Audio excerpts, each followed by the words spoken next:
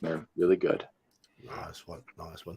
Hello, all. It is time for some midweek geek, and I'm the old geek, of course, and I am joined tonight by Elfbait, Mage's Musings, and Dark Knight of Hibernia. Hello, chaps. Hello. Hello. I didn't know if anyone was going to join me tonight because Elfbait's been having computer issues, Mage's Musings has been having body issues, and DK's always just issues. Yeah. I'm just, yeah. Yeah. So anyway, nice to have some people here and nice to have some people in chat. Hello to everybody who is in chat. We've got Halakar, we've got Elle, we've got Gene, Crafting Gamer. Hello, people. I'm not here to talk about any Creators Summit or anything like that. So if that's what you want from this stream, no. We're talking about evil in games. Evil in the game. No. Elle, it's not that I have issues, it's that I am issues. I said he is issues. DK is issues. Issues. Big difference. Big difference. I was very particular with my language then. DK is issues. Right. Hello, Yep. Hungar. How you doing? You're right. Hungar. You're right. Hey. Yeah. Hey, Hungar. Before we get to start about the topic in hand, anyway, let's talk about our games. Let's talk about what we've been doing. Last couple of Shadow of the Demon Lord games have had to be postponed because of Saxius's work-life conflicts. He's on holiday this week, so no Saxius. No, there's no Saxius. Hello to Kabuki Kid and hello Adam. Nice to see you two here as well. Wow. No, we haven't seen Adam. Oh, wow. Hey, Adam. Yeah. I did see him on another stream. I believe work's been getting in the way. But yeah, Saxius is on holiday. We played some Enjoy OSE Saxius. finally. Yes. Played some OSE finally. We played some OSE on Saturday. And Well, played some OSE. You played for 8 hours. Yeah. I logged on to Discord at about 1:45. Started chatting to people around that time. I just had the plan of setting up characters and giving a few ideas of what we wanted. And by about 2:45, people had got characters done. And we'd run through all the various points that we wanted to talk about. And well, why don't we just get started? So we did. And the game went on till nearly 11 o'clock at night. So... it's the longest session I've done in a very, very long time. And definitely would not have survived. No. My character probably would have outlived me, which is rare for OSE. In true old school style, we had a total of 5 deaths, was it? No, 3 characters died. They got about 100 XP. Those that survived the whole lot got about 100 XP. They managed to kick in 2 goblins, then they got beaten up by 6 goblins, and then they managed to box a larger group of goblins into a corridor. Those goblins' morale broke and they ran. The initial fight with goblins was caused purely due to a 2 failed reaction rolls, one after the other. And one character death was because they were hanging around, making a lot of noise. I made a wandering monster check. It was a giant lizard, and the giant lizard chomped one of the fighters. In fact, it was Gene's the dog fighter. lived. The dog lived. It was Tully. Tully got mauled to death. Yeah. Yes. Yeah. But, my paladin lived. Your paladin lived, but your paladin was only there for a few hours. 2.5 hours? Yeah. General Nuts magic user with comprehend languages managed to survive the entire session. He's the one who had the dog. Brian James's character survived. He was there for half the session. And Gingerbeard's thief survived as well by just not being involved in fights. Yeah, he just didn't do anything. He's like, "Hey, thief, do you want to listen? Head on the corridor? Nah. Hey, thief, do you want to search for that treasure? Nah. Hey, thief, do you want to poke around see if there's traps this 10-foot pole behind me, the big meat shield? Nah. No, he took it in turns. He had his turn, then he made sure other people had a go before he had another go at doing it again. He wasn't going to take all of this. I mean, he's being a smart thief. I'm not knocking him. It just I didn't see him do much. So, yeah, he heard some noises early on. He was the one that I think appreciated when he heard the noises. Yeah, that's fair. That's fair. But that was about it. But no, it was a good session. Real proper. They managed 17 rooms in total in that entire session. About 3 forays into the dungeon, proper old school style, really sort of careful, plodding, poking and prodding, running away, avoiding, discussing. It was good. It's good. I thoroughly enjoyed it. So, any of you two played any of you two? You three? I can't count. I'm a goblin. I have not. No. My Monday game again didn't happen, and then I'm permanently out of my Wednesday game. So no gaming. Right. No. My games this week were all canceled. I was bedridden for 3 days. So. Yeah, I just my Lords of Olympus game I played in. Some personal issues came up for the DM, and I only played in your OSC game. But I feel great playing a paladin again. So that 18 Good. charisma, and I was like, I have to play a paladin. I have to. If you get rolling 3d6 down the line, if you get an 18 on charisma. Yeah, Bard or paladin. Even though you only need a 9. Oh yeah, but no, dude, I've like +3 to reaction rolls now. I have a +2 to strength. +2 to reaction. 18 is +2. Is it? Yes. Don't question the mage. The mage knows. That's me. I don't know.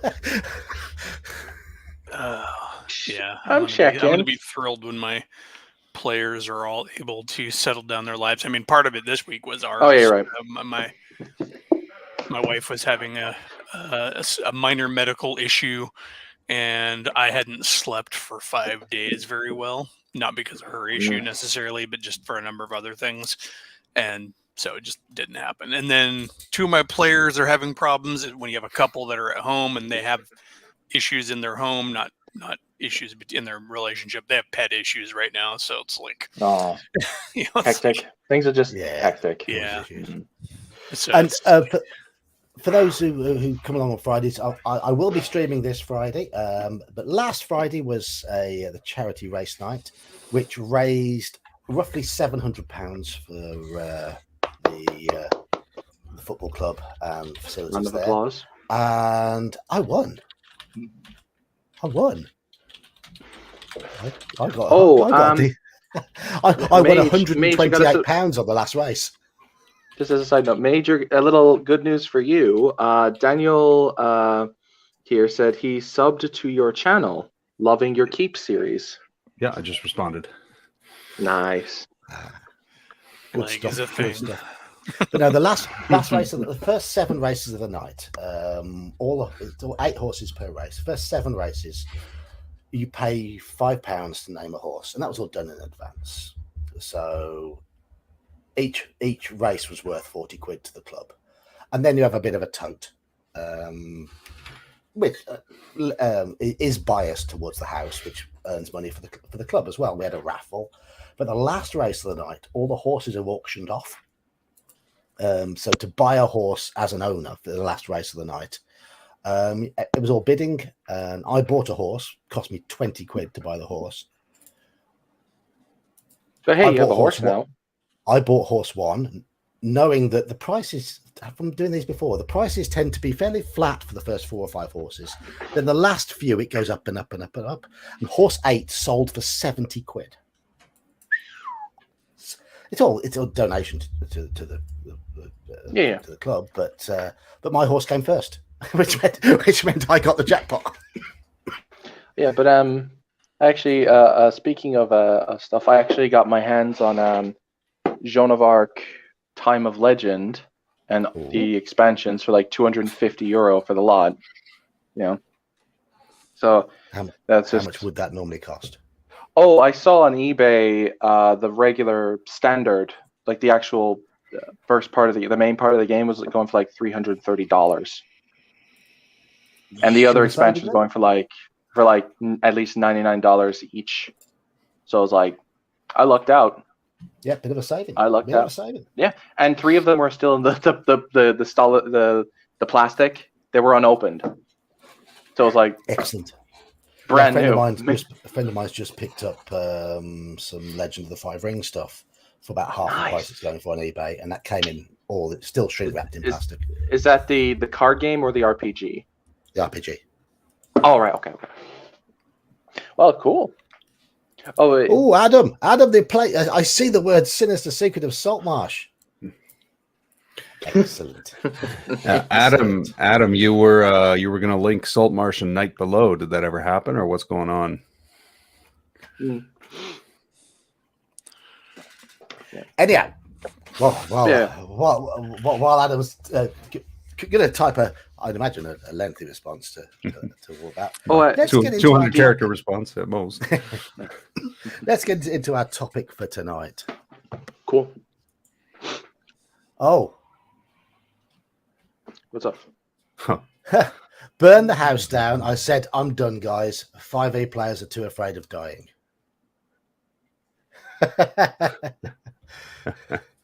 Oh. That's too bad. Oh. Wow, they were so. The solution to that would have been to have the house be made of very damp wood, and it can't go up in flames. I just want to know what 5e people are playing with, because like it's not been my experience.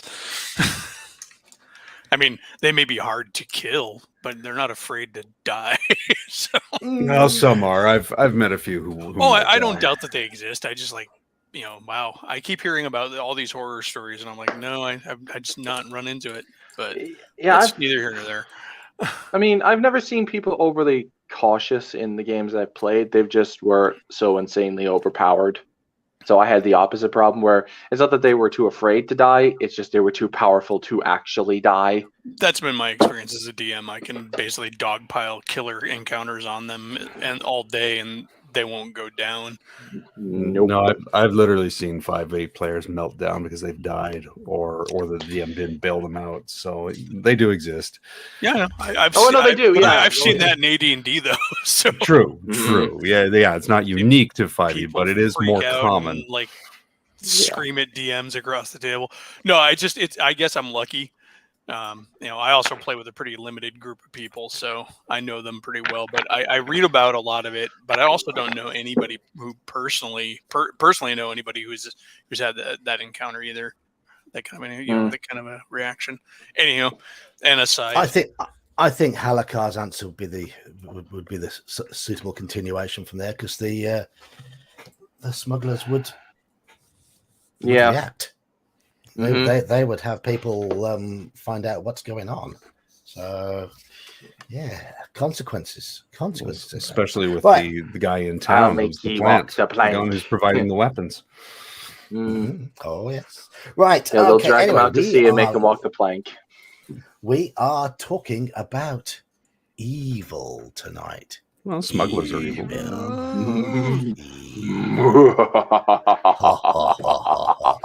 More specifically, evil player. Make sure to do that. What? Don't forget the vampire voice. Geek. What? Don't forget that. The vampire who likes your flesh.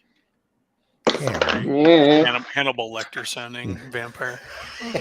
I ate her liver with some fava beans and a nice But Chianti. the thing is, that vampire is an NPC.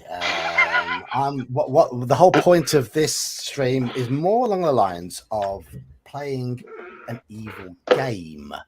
Evil PCs, evil parties, evil quests, doing evil deeds. How many of us have played in that type of game? I will say now, I've played an evil character in a mostly good group. I'm currently playing a clearly evil goblin in an all goblin group, and they are clearly evil by human standards, but they don't really realize they're evil. So it's silly shenanigans, really. But apart from that, I've never played. From a certain point of view, I've never played. Well, I've then never you are played D&D lost. with an evil party. Never DM'd for an all evil party or been in an all evil party who really know they're doing bad stuff. Any of you guys ever? I've Yeah, played. done it all. I've played one. Well, okay, I was playing in an apocalypse game, and I drew inspiration from Fallout New Vegas's Boone and Caesar. And if you guys know anything about Fallout, Mhm. which I know maybe very few might, at least in this circle. I love Vegas. New Vegas was my favorite of the Yeah, it's really good, isn't it? So I basically had the premise where my character's wife was murdered and his son was taken by these tribals, and he wanted to get rid of them, either get them out of the region or just kill them all. And he would like do grisly displays of their bodies. He would kill them on sight, no mercy. He hated them. And he was even getting to the point where he's going to like start recruiting all the tribals to take over the region, and just start drilling them in military. But unfortunately, the game died before this coalesced. So, oh well. So, yeah, I have not played evil characters really before. I've played in parties with them. I've run games where characters were evil, but I've never run an evil character actually.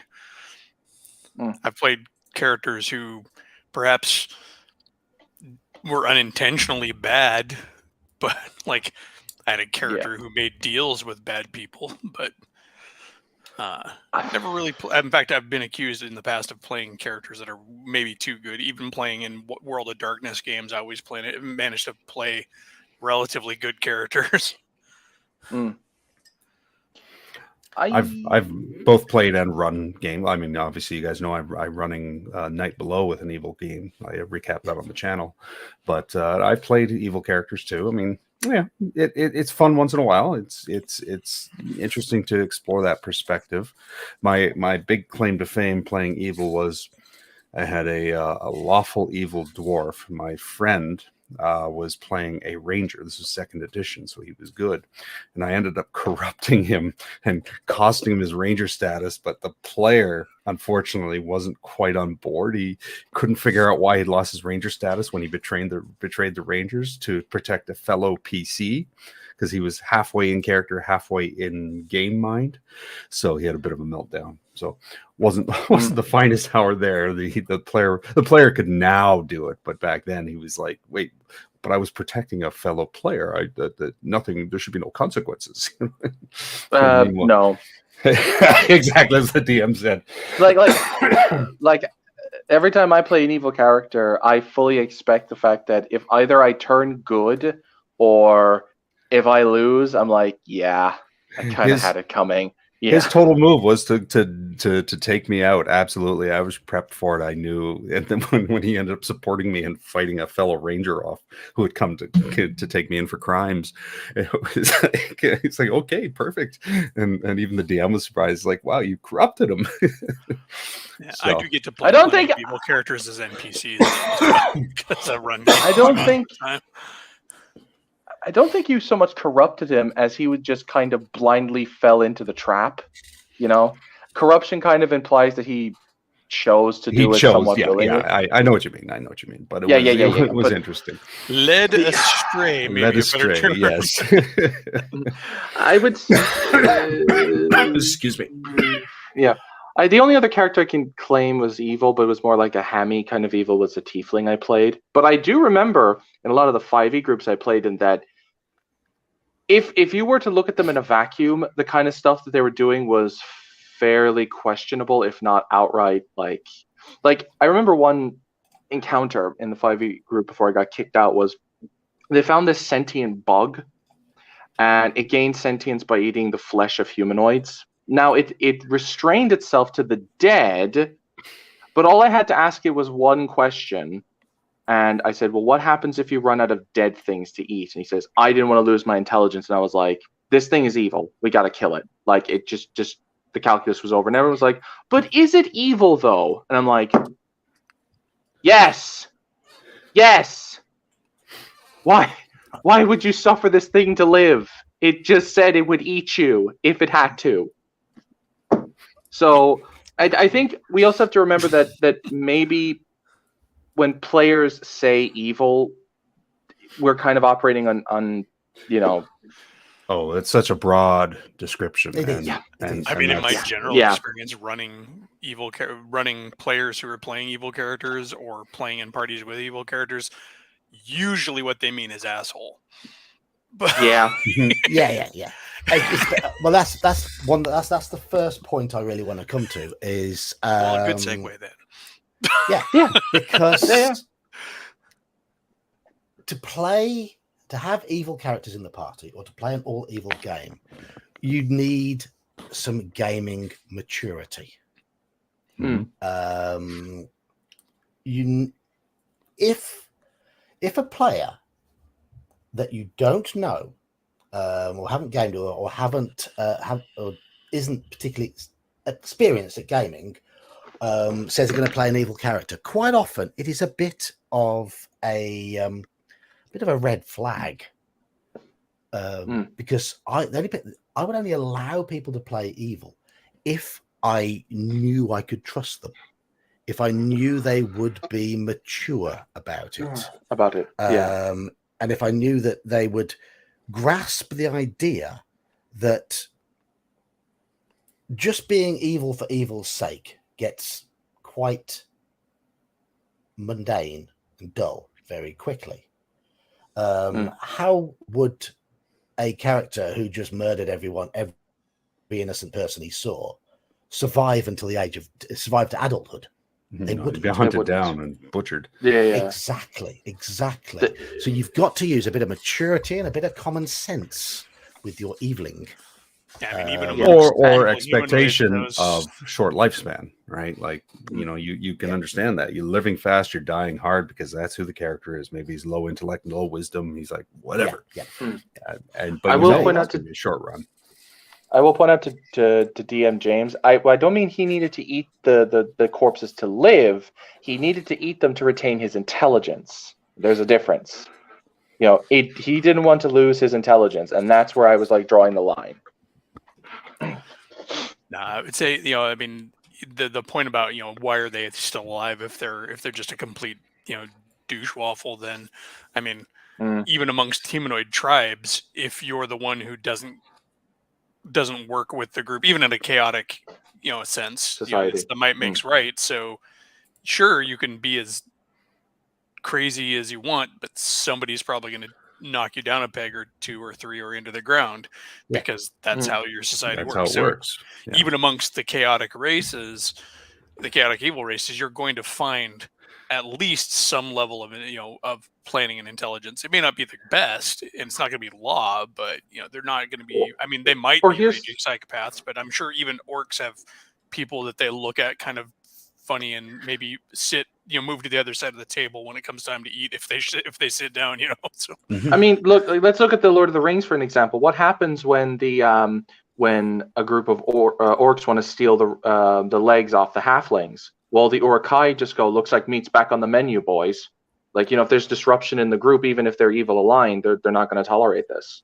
So, I think it could also be argued whether or not the Uruk-hai were chaotic, though. They were they're probably lawful. They were the more trained and more militant. Yeah. They're the hobgoblins. They're the hobgoblins, basically. Yeah. And that's kind of where hobgoblins and D&D come from.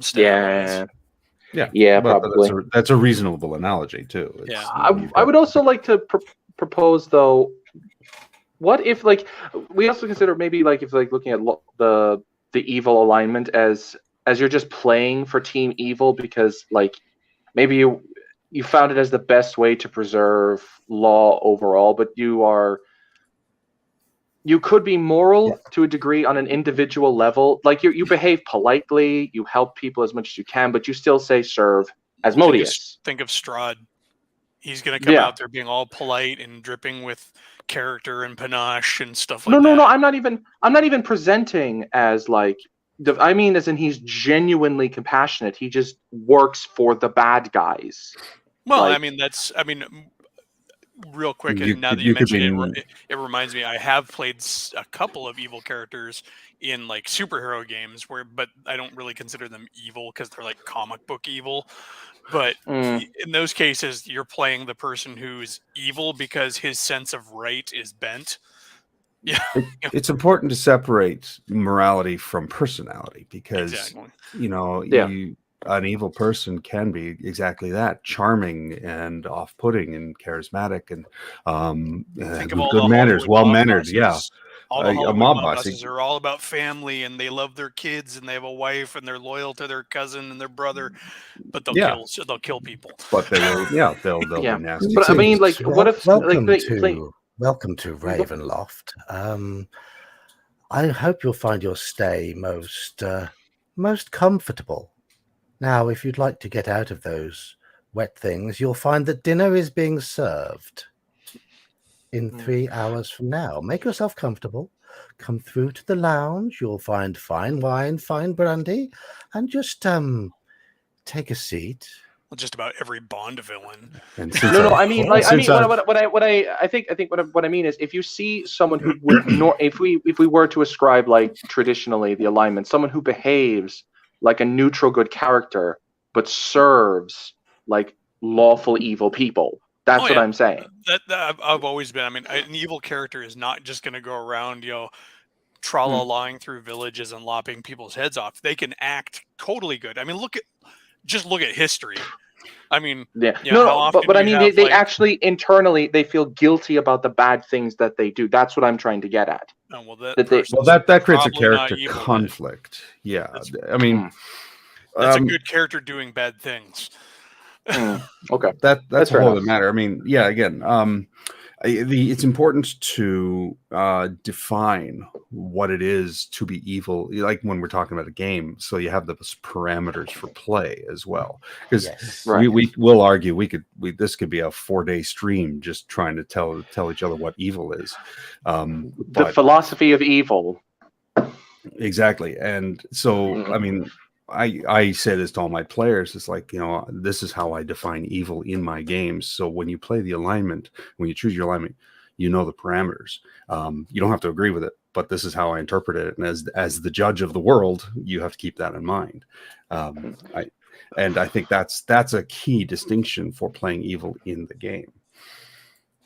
The killer. I know who you're talking about. Damn. No, I would say he's lawful evil because he has there is a malice to him, because like if you see him in the first scene where we have him, he's like with the handcuffs strangling the sheriff, and he's like smiling as he's doing it.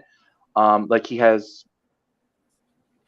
feels emotions, so he is a psychopath. So I don't think he feels any like the only time he'll ever feel remorse about the coin flipping is more so that it's like he's an arbiter of fate. So he leaves their fate in like he leaves what happens to them to the whims of fate if they're not his target. But that's more of a lawful thing more than a good thing. He doesn't care about who he has to kill. He doesn't care because he kills the wife. It's important to create these distinctions. That character from No Country is definitely, he's a psychopath. He has no emotion, but that doesn't mean all evil characters are cut off from their feelings. Your bog standard evil character will have the full range of emotions. They'll fall in love. They'll have attachments. They'll have guilt. They're not mindless automatons who can do bad things and just sneer it away. The real trick is in terms of the play, giving them that parameter. It's like, what is evil? What does it mean? And God, there's so much, like in D&D specifically. This is why I love the alignment system, is because you've got a nice 9-point balance, and then it's not sorry, coughing. It's not laid out so much in this way. I wish it was better laid out in the books, but you really have to look at it in two prongs as well. So you've got the cosmological, which is law, neutrality, and chaos. Yeah, and good, neutral, and evil. Because the cosmological is a tangible force. It's not just an abstract philosophical concept. These, lawful good is an actual thing that exists. But it's, to the average layperson, it's like, okay, but what does that mean to me on this world where I have to fight for my supper? I'm starving under a good king or a bad king, necessarily in some cases. So you need also a pragmatic presentation of the alignments. And so what does it mean to be a mortal being on this world, an insect in the cosmological war? And what is your point of view on that? And I don't know if you guys have watched the DM really to decide, to decide, to make clear to the players, to make those definitions. Is evil a personal thing, or is it a driving force in the world, as you say? And it's both, but for a player character to glom onto a concept to run their character, you need a good, defined, practical explanation.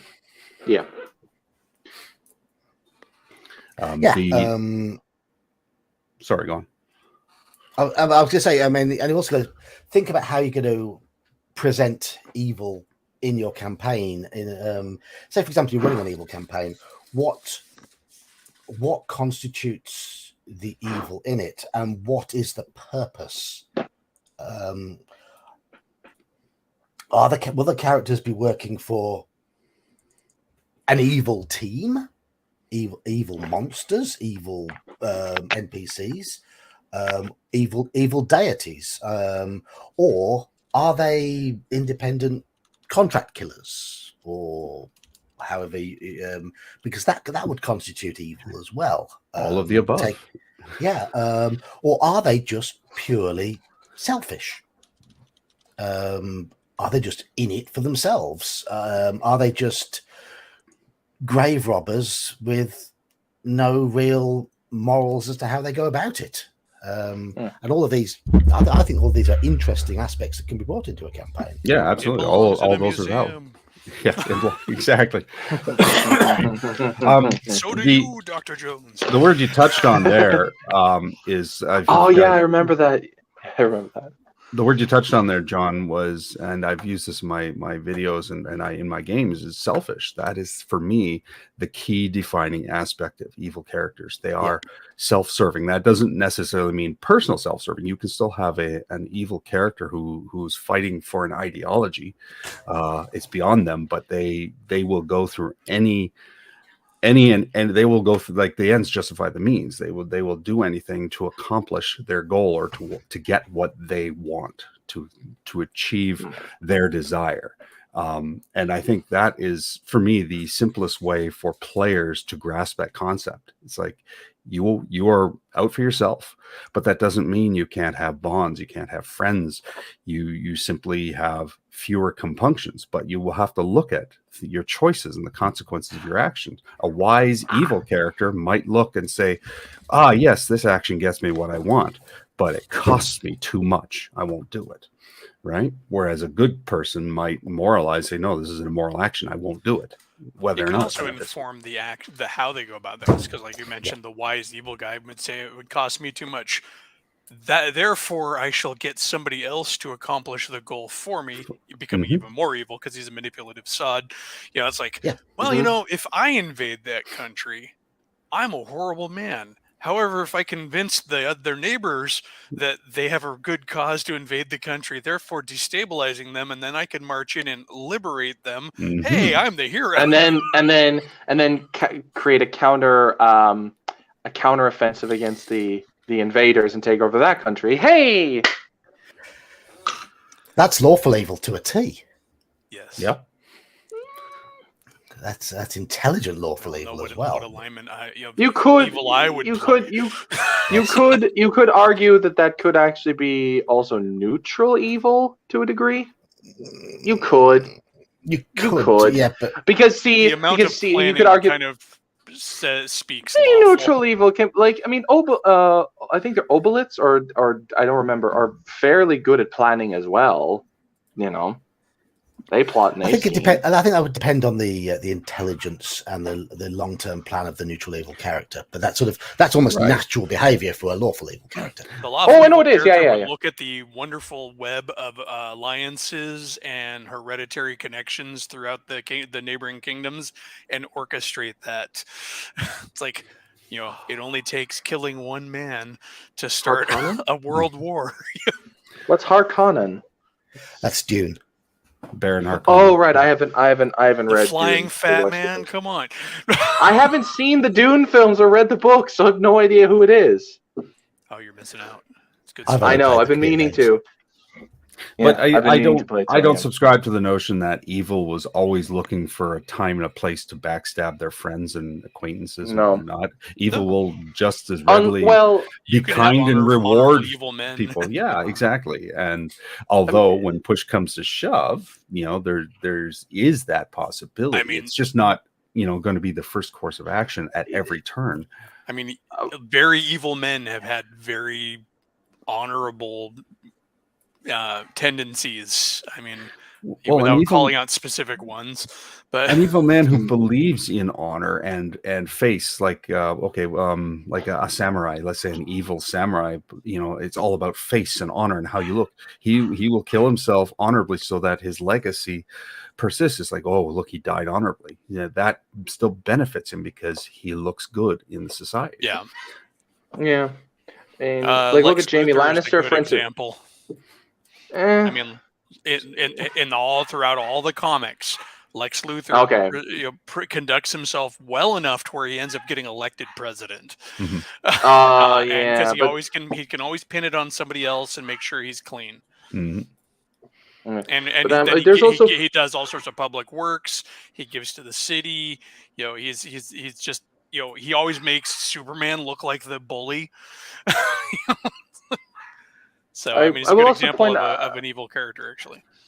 I will also say that you could argue, though I would say he's more lawful neutral, but Tywin Lannister, you could say he's a lawful evil character. He 100% is 100%. Yeah, like even I haven't. This isn't in the TV show, and I haven't read the books, but someone told me he says this in the books. When he started going bald, he literally said to his barber to just keep every morning shave off the hair in his head because he said no half measures. Well, yeah, it's never. more than that. Tywin Lannister is interesting because in his history, I read like the expansion book where they talk about how his rise to power and his father was weak. Yeah, his father was weak and it was destroying their house. So he took the control. Laughing Lion. But the thing that Tywin Lannister did was he was smart. He realized that without the small folk, you weren't going to collapse. The king, their realm would collapse. So he was lawful evil. He was all about his legacy, and that's the front and center. Everything is about the legacy of the family. Boom. There's your lawful evil. To be fair, what the why I say is more neutral is there's like a twinge, I think, of goodness in him, because he does say, at least in the show, to his son about the murder of spoilers for a 10-year-old show, whatever, of Robb Stark, and he says, what is more tell me how it's more honorable to kill one man and his family in a feast than it is to send 10,000 men into the battlefield to die. Hey, but he says that straight to the guy's face. Oh, I'm aware, but that's an evil man rationalizing a very cowardly deed, right? Having his rival assassinated. I mean, and that's the philosophical debating. He would argue that heroics versus cowardice is just the veneer that people use to justify their side winning. You know what I mean? He basically says, well, how is it moral to kill 10,000 men? How? And that's in a pointless war. That's because he's smart. He knows how to justify it, and that is his point of view. But what I was about to say was in his backstory and his rise to power, he made a point of protecting the small folk and even ruling against fellow nobles, much to their annoyance, when it was just, because he realized, because this is the lawful part, his rule would end if he didn't have the support of the small folk. It wasn't about protecting the people. It was about protecting his legacy, the family, using those people, but it just happened to be just for them, right?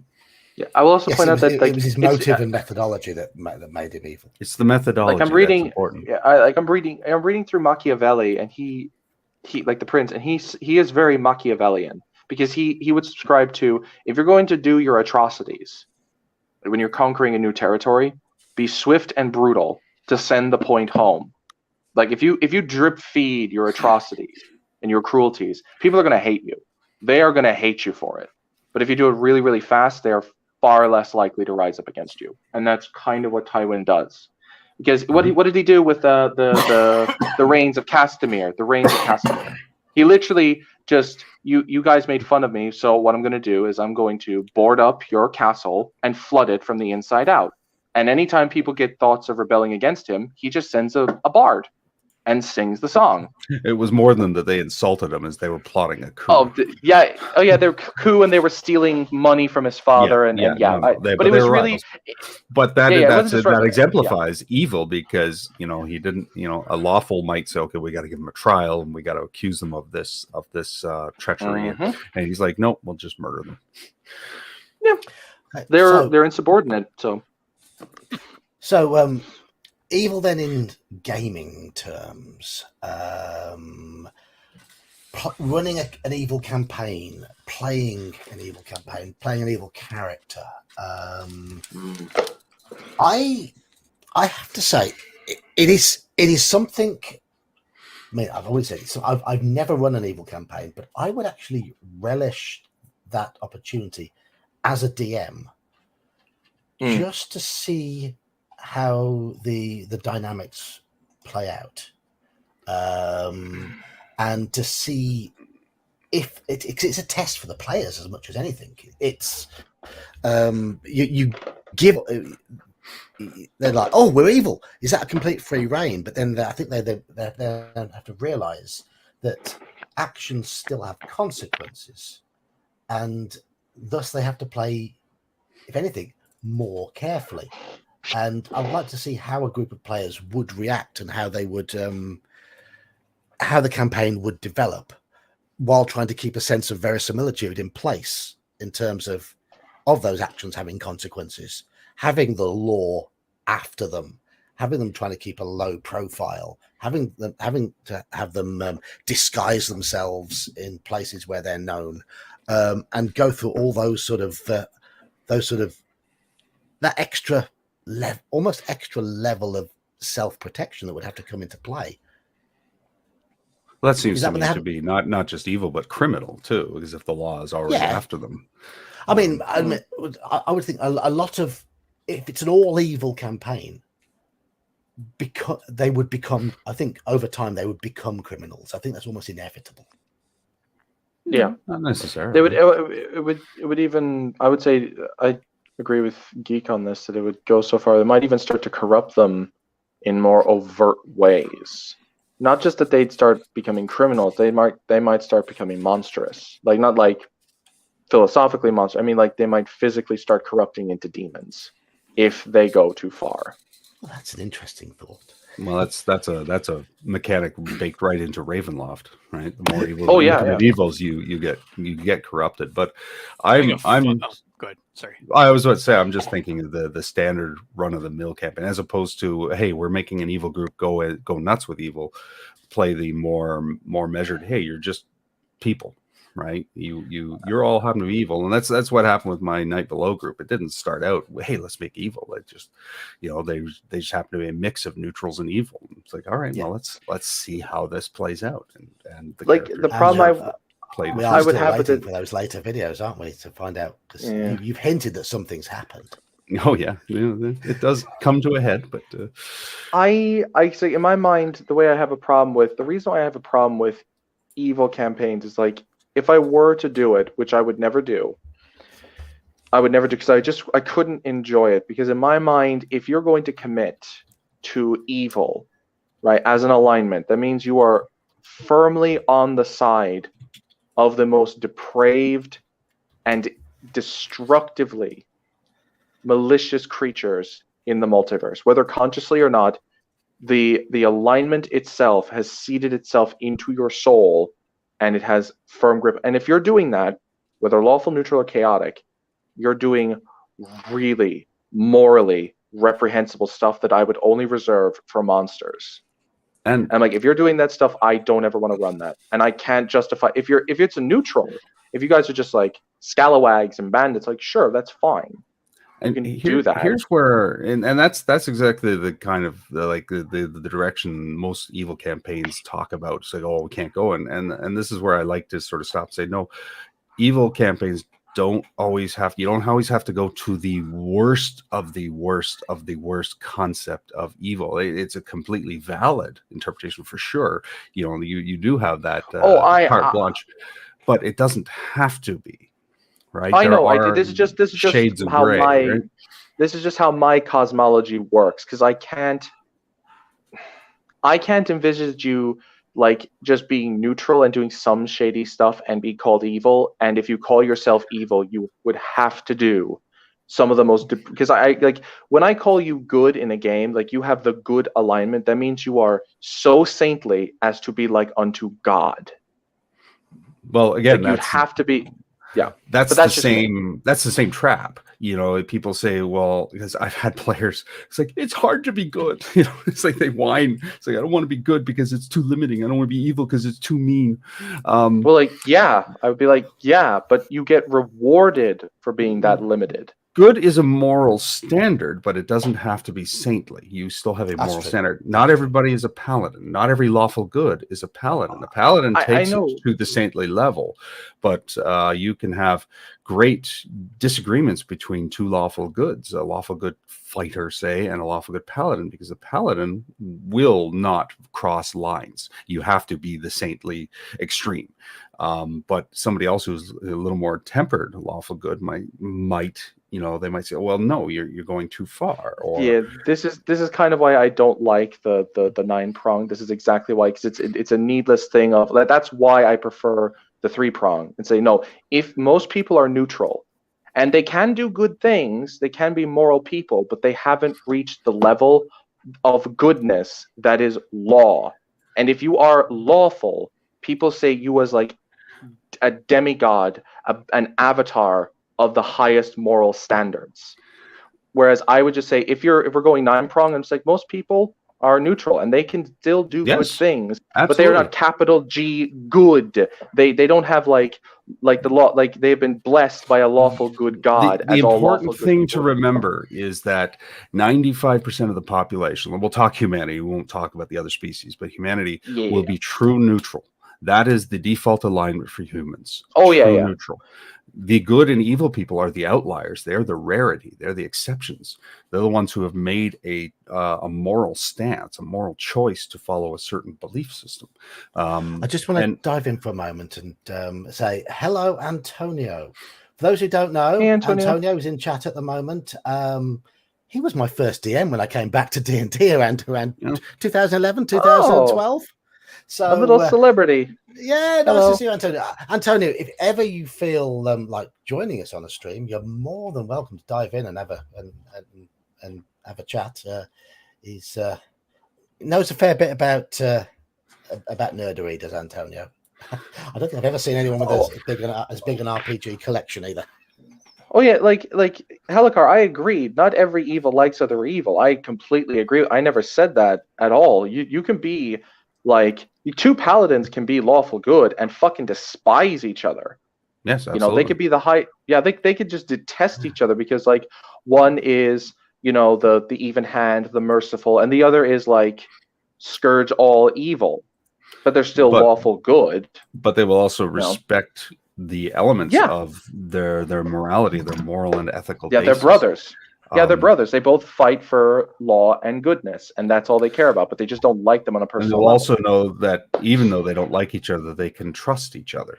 And that's the advantage of being aligned with good, is that you are trustworthy, full stop. Okay, for the next 5 minutes, I mean, I've played one evil character in the last 10 years or so. And this was my necromancer in a 5e game. He started off neutral. And I wanted to portray sort of a descent into a selfish madness. And by the time the campaign ended, he was very much neutral evil. But for the next 5 minutes, I'm going to go into his mode and be him. So keep talking. Okay, all right. But the I don't know. What I don't like. I think in the main crux of why I don't like these kind of philosophical debates, because who cares what you don't like? I do. So get bent. Are you important? Are you important? I'm important to me and my family. Do you understand who you're talking to? It is I. No, and I don't care. Ferdinand Fiddleweed, the greatest brain on this planet. Now, worthless little worm who raises the dead, and I, as a lawful good paladin, will smite the evil out of you. Goodbye. Oh, as I was saying. Oh, aren't we the big hoity-toity one?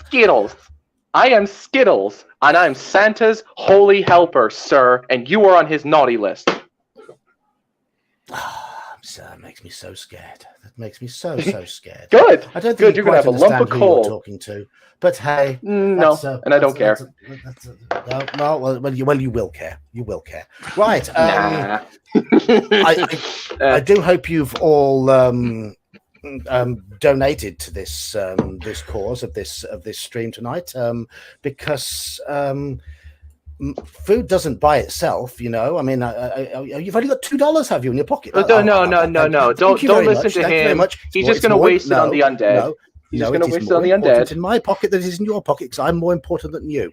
Anyway, we have Elfbait. You've been quiet. Oh, I've been busy doing stuff. Been enjoying you tormenting the Dark Knight. Important? No, he's not. I've got the biggest shit-eating grin on my face. This is great. I love it. This is great. I do want to talk to.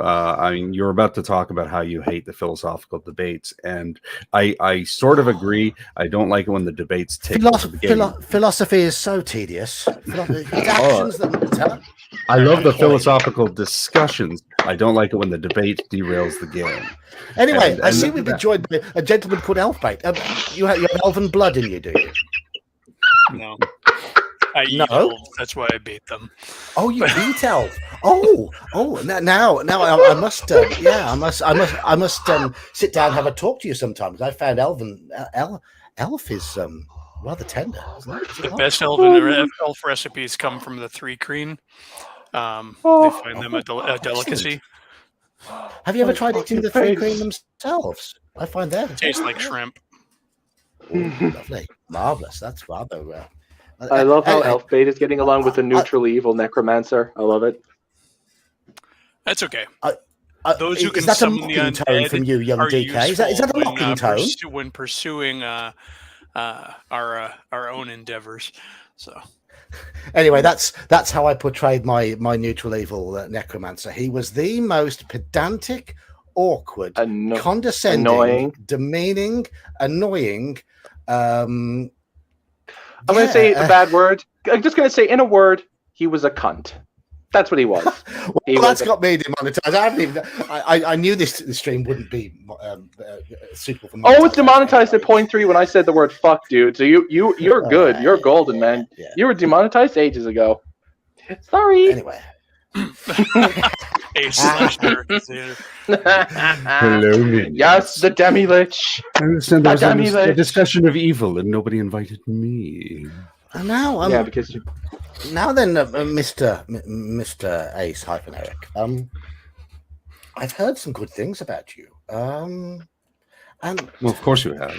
Yes, and you have clearly access to interesting secrets that none that you're getting. Oh, are you sure? Earn your way up, worm. Now apologize to the nice DK for those harsh words. Excuse me. I don't apologize to anybody. You know, for a demi-lich, I like you. You may want to give those secrets out, or I'm going to disseminate them across the multiverse.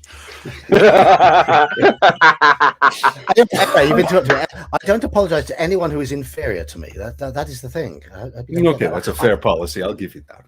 Obviously, I would apologize to someone as learned as your good self, though. Brown nose.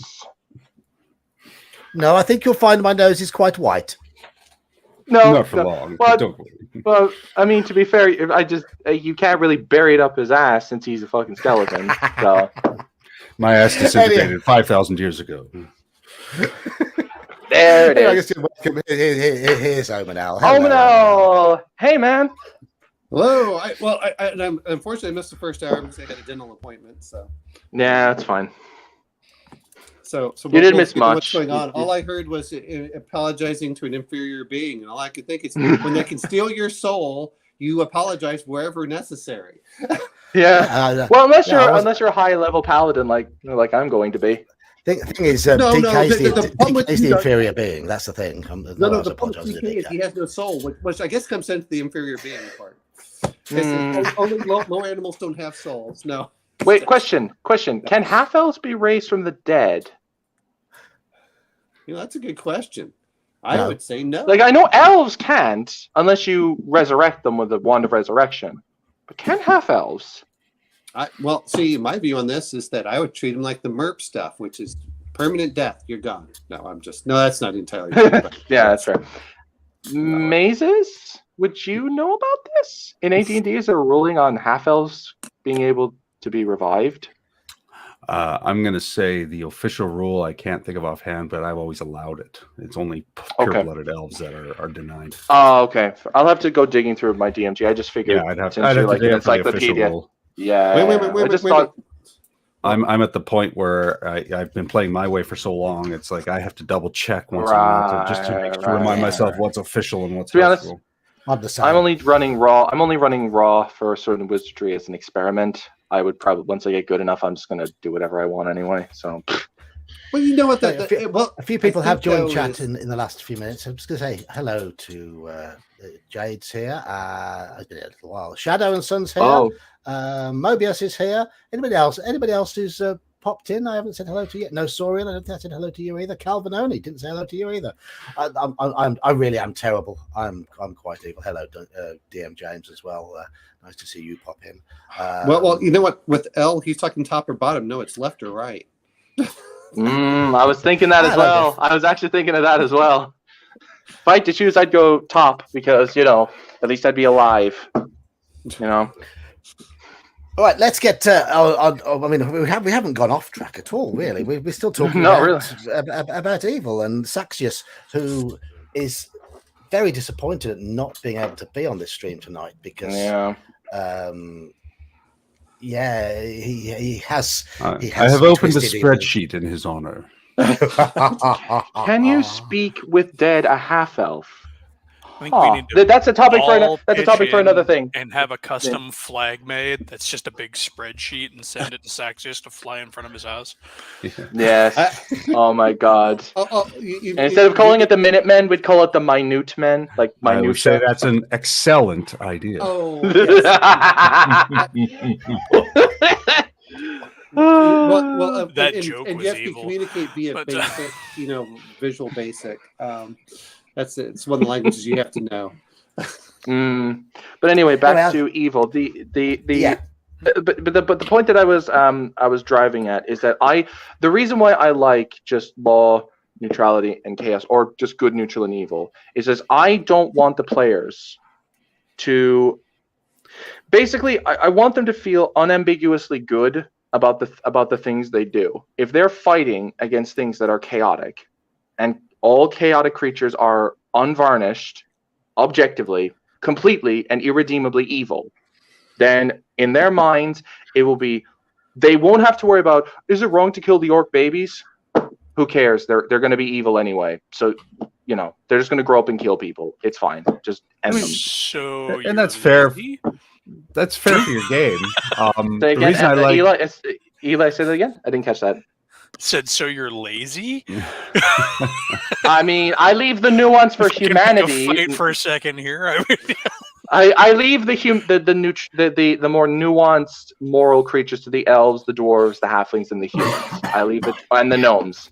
Even though I think they're all fucking abominations. I think if you just make them evil at the very beginning as evil babies, they just come over and they're, you just make the babies evil and then it's not really a problem. They have glowing demonic eyes and fangs, so And they're eating the flesh of an innocent puppy. They're eating the flesh of an innocent puppy or vomiting up the skeletal remains. Well, I poke fun, but I mean, it's when it comes down to it, I mean, most of your objections and arguments are very much centered in in your game, the way preferences, you your want to Yeah, play. yeah, yeah, yeah. Yes. as opposed to just the general concepts of. So Yeah, obviously, yeah. I'm not saying mine's even the right way to do it. It's just right for me. And anyway, I want to move on to the next thing on my. Oh, go on, Sean. Go on, Sean. Oh, I was just about to say that's, and then it's the opposite reasons why I like the 9-point system. Is I like when you have the lawful and the chaotic, even though they're of the same moral bent, good or evil or whatever, but hitting that conflict, and so they have the similarity, you know, like the lawful and the chaotic good. They're both honest and forthright and charitable. They'll fight for the little guy, but the way they want to go about it and do it.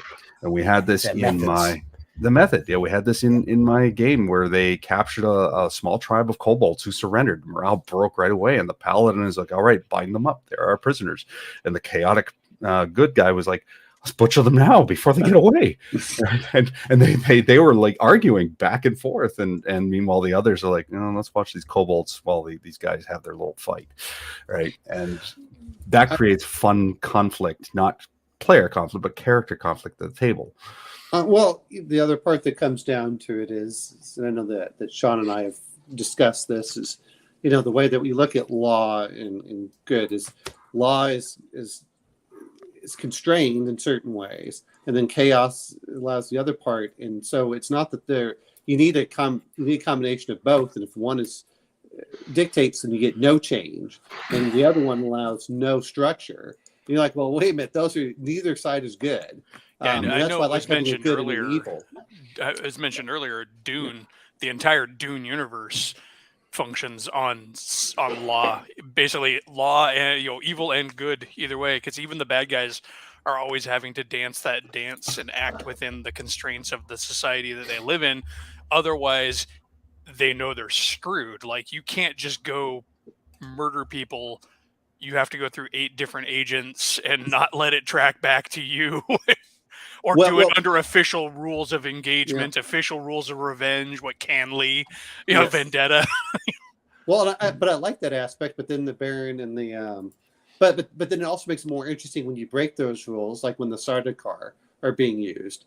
Well, guess what? You have to keep that hidden. Otherwise, everyone will turn against you. Well, yeah, so that's still working lawful good. That's our lawful evil. I mean, Yes. And that's the thing. The chaotic evil is just going to be, more like, what, I don't know. I'm failing to pull a good one right now. But well, chaotic is the individualist, but they're still not stupid. They'll look, it's like, oh, well, I mean, I don't like these rules, but if I don't follow them, they're going to slaughter me, so I'd better play along. I don't agree with them. I don't like them, but I'm going to go along with it because I don't want to be ripped apart. Well, the more I think about it, the more I'm I'm really failing to see where like movies and TV present a lot of truly chaotic evil characters. Yeah, they're very much like their lawful characters more.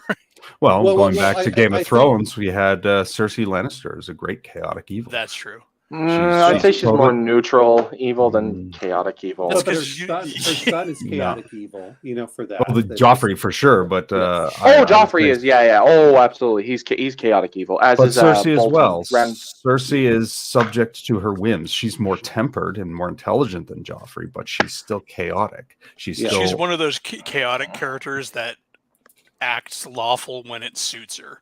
Mm-hmm. Yes. Yeah, that's a good one. I was, like I said, I was having a hard time thinking of any. I know they're out there. It's just like, I'm like, really? I can't. My brain's just blanking. But there is a fair argument she's neutral, but I put her in chaotic just based on various examples of her behavior. I wanted to do, because I haven't come to these yet, and I want to keep chat involved somewhat. I've starred a few comments as we've been going down. So before we have a slight change of tack, I just want to bring up a few of the comments I've got starred. Whether you play evil or not depends on the system. Depends on the system you're playing. I've mentioned Shadow of the Demon Lord, Warhammer Fantasy role playing. I will say in the game I played, I wouldn't say we were evil, rather than we were morally grey.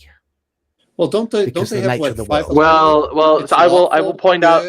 Neutral, evil, and chaos. Don't they have those 5 in Warhammer? I will point out, though, you have to remember that James James also would argue from the position of, and I'm not trying to speak from, but this is just what I've learned from him, is that if you are not good, you are, even if you're neutral, since you are not good, you are in some way aiding evil, and therefore you are evil.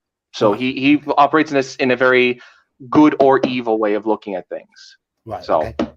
And I think that, I know that Sean and I have discussed in our different views of looking at evil versus good.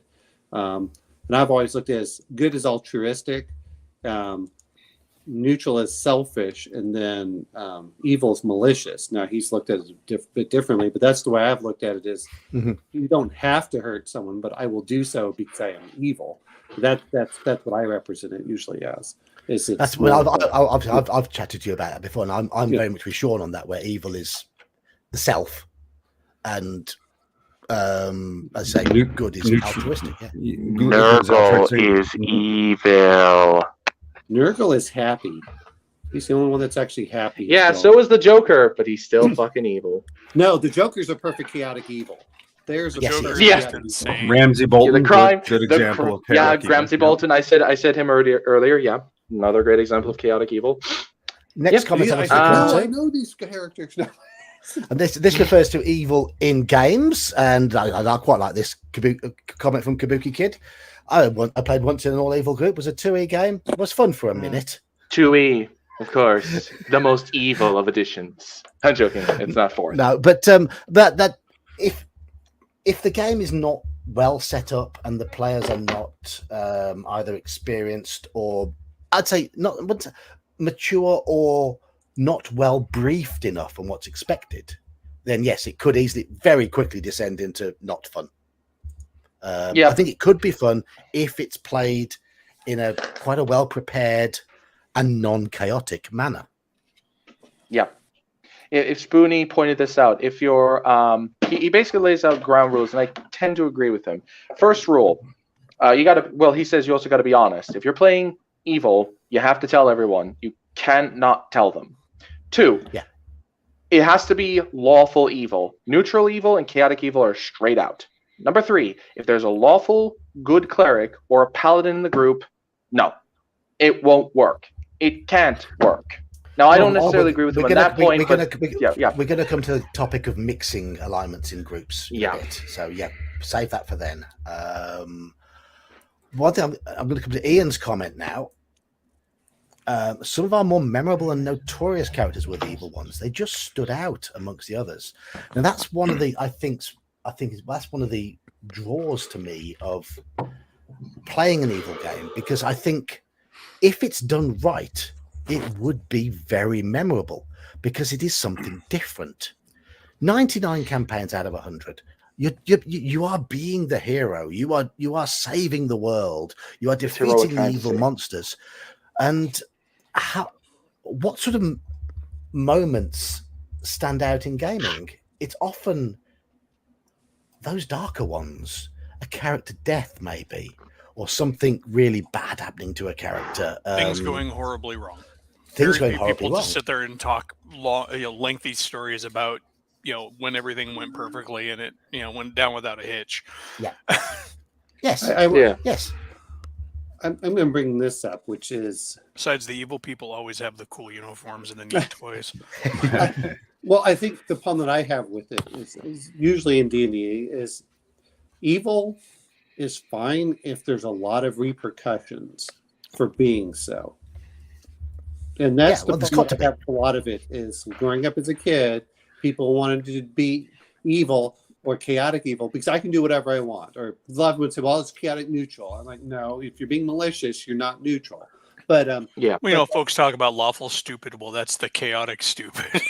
well, it's an excuse. I can do whatever I want, and it's like, no, you still are supposed to. There are still things that go on. There's still consequences to your actions, and if there are consequences, you're still it's a person fine. in society. If you're going to, if you can be a pirate, you understand if you're caught, you will die.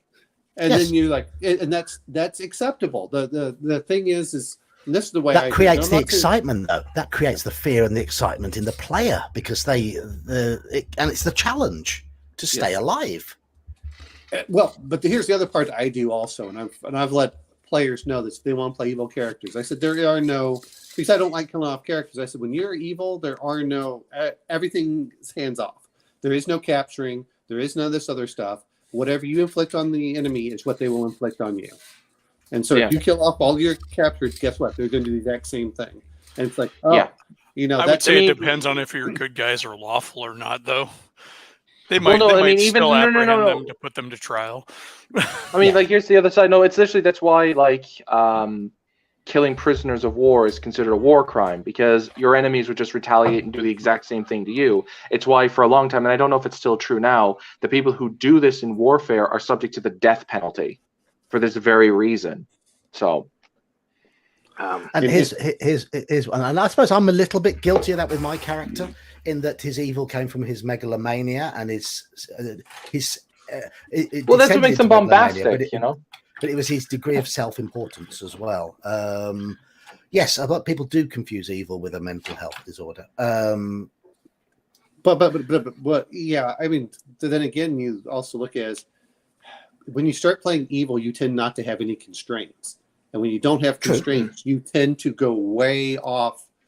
All the reservations, yeah. When you think you're a god, when you like look at Joffrey, for instance, look what happened to him. He could do whatever he wanted. And what did it do? It turned him into a malignant narcissist, and he could do whatever he wanted. Now he's shooting crossbow bolts into prostitutes. Ultimately, though, he always was that dude. That was just he was just. Well, no. I mean, it just made it even worse. Like, it's just because it was a product of neglect, I think, because like that kind of behavior usually only manifests when you're neglected.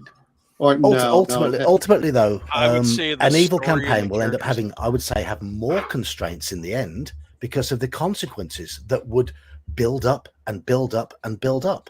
So, especially if you're afraid of them, yeah. Exactly.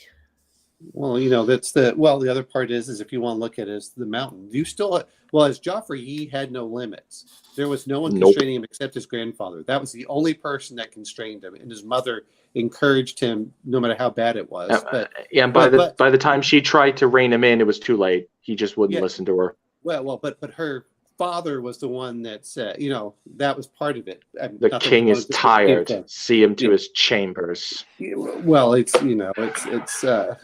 see him like, there was. Yeah, he does. Tywin does not break eye contact, just staring at him like if you were anyone else, you would be so dead right now. You would be so dead. Anyway, but I haven't seen Game of Thrones, so you're not missing much anymore because no. The first 5 seasons are worth watching, and to just pretend that they stopped. I'm squeamish. Okay, then. Yeah. Sorry. Well, watch Downton Abbey. Downton Abbey actually has some great examples of D&D alignments. Like watch that show, and it's like, well, these characters are written fairly close to how I view the D&D alignments. Like Lord Grantham is clearly lawful good, and Lady Mary, at least at the beginning, is clearly chaotic neutral, and it's like that's actually quite an interesting alignment study, that show, and it's a really good show. But I think the other part is, and this is one of the things I do is as a DM, look, I don't like it if you're playing an evil character. I find them boring to run. I find the adventures boring for myself. I don't want, that's one of the things I do for the players. I'm like, if you're going to play that way, I don't really, unless we're going to do something where it's intentional. A good example would be, if we're going to talk about Alien and Burke in there, Aliens and Burke in there, you're just like, oh, can I just wash myself after? But you have to be fun about it. I think that the best one was Bester. I think sometimes they're better as an NPC because you can bring them out and you can go for the full game, which is where the fun of the DM is. Is anyone that's watched Babylon 5, go watch Walter Koenig, i.e. Chekhov, play Bester. Just a fantastic villain in there.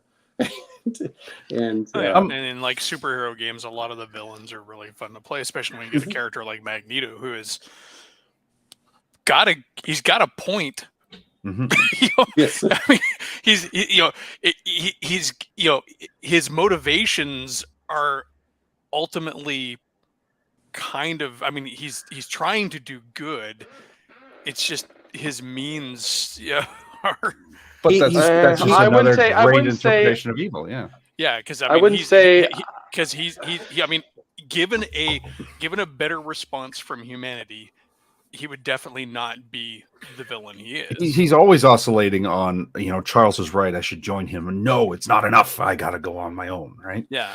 Yeah, but see, here's the problem. It's kind of a problem though. Like he's an understandable character, I would say. Like, is anyone put in that situation it understandable that, yeah, if I had suffered that, I probably might turn out like that too. But it doesn't mean he's like, in a way, he's the comic character. I've limited exposure to the comics. I've read a few of them, and I've seen a lot of the cartoons and the movies, but not the comics. But from what I have seen, he still comes across as kind of a racial supremacist. Like, he really, like, I don't think it's he's good. Become the thing that he hated. Yes, that's the thing. That makes him. And I mean, to a certain degree, and I mean, that's why he's kind of a good complex villain, because from a certain point of view, he's kind of right. Mutants are superior. I mean, they literally can do things that humans will never be able to do. And it's also great because he's becoming what made him, the Nazi that made him, right? But as far as the whole thing you were saying, DK, about like anybody who went through them, I've known Holocaust survivivors, and they're very nice people. Oh no! You don't understand. What I mean is what I mean is we could envision that it is possible that this could have broken me in the same way, and I could have turned out. Like, that's where the empathy comes from. Like, I know.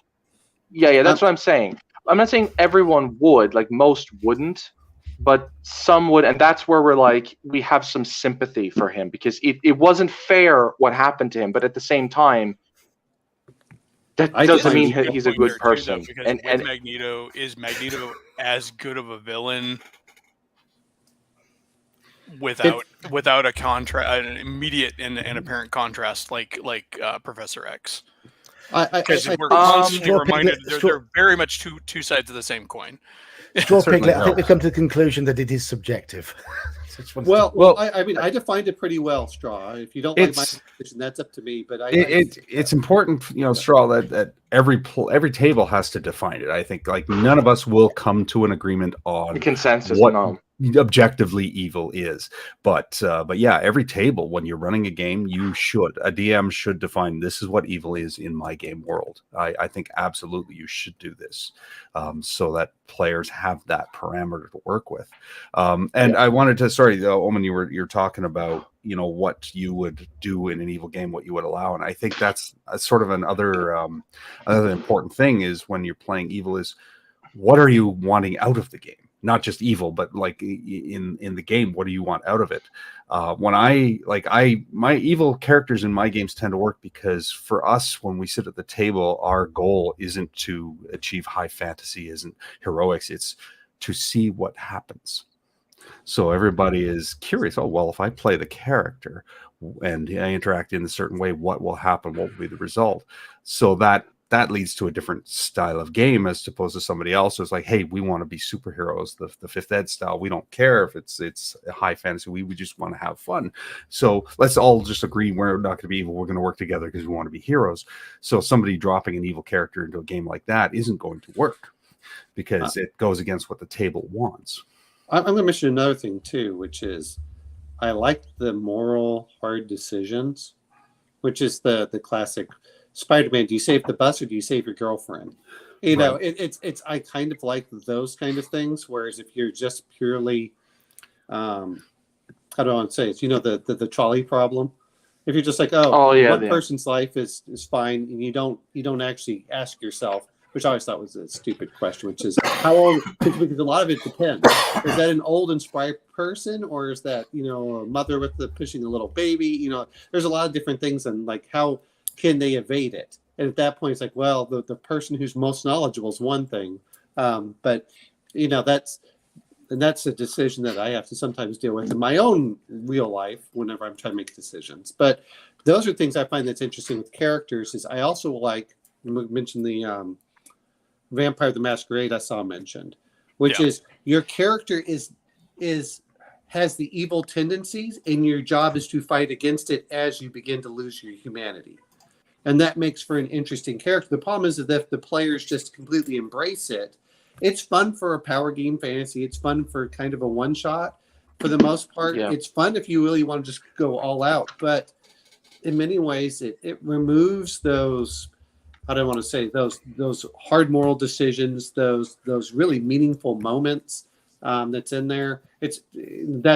Which is what I want to do if I want to play a more serious game. You can't tempt an evil person to be good, but you can tempt a good person to be evil. That's kind of where it's more interesting. Well, and even I know you're talking about the Curse of Strahd. Well, that's what made Strahd interesting. Was he had kind of that dichotomy, for D&D, he's you if very powerful and having been pushed to the absolute limit and gave in. Well, I'm not even saying so much. It's not just that. He's the classic Dracula. There is a certain part. Yep. I play by certain rules. I play certain. He's not your chaotic evil. Hey, I'm going to do whatever I feel like. It's kind of like I'm doing this. I do have sympathy. I have human emotions, and I think that's also the problem. Is a lot of the evil characters just put aside all that aspect. They don't look at it as it's the lazy way to portray it. Yeah. Yes, yeah. That's what I have with a lot of games. Is players. Yeah, Strahd will let you. Strahd would let you into his castle and have dinner with him, but if you go to certain places in the castle, he'll kill you. Don't go into the crypts. Don't go to where Tatiana is like her shrine. Don't go there. And if you have the sword that can kill me, I'm not going to let you in. But if you're cordial, you're respectful, I'll let you in and out. Yes, you may come to dinner.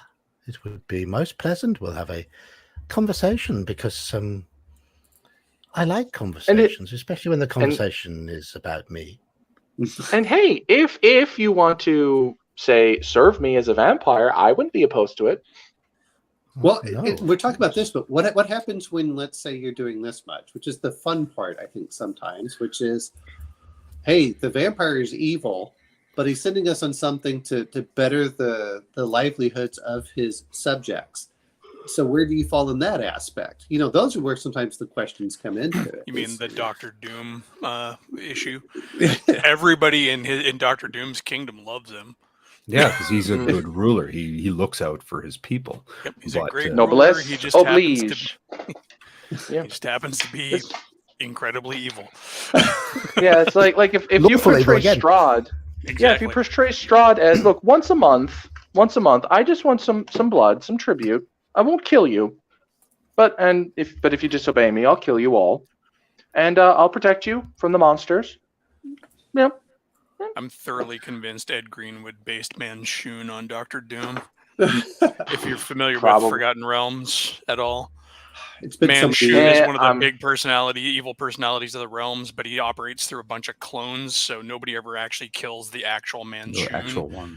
Yeah. And that's, so Dr. Doom was always like, "Oh, we killed Dr. Doom. Wait, it's a robot." It's a Doobot. I hate that. I hate that so much. It's such a. You didn't actually kill him. Then why do that? Why make them so absurdly powerful that they can never die? That just removes tension for me. Because it's fun.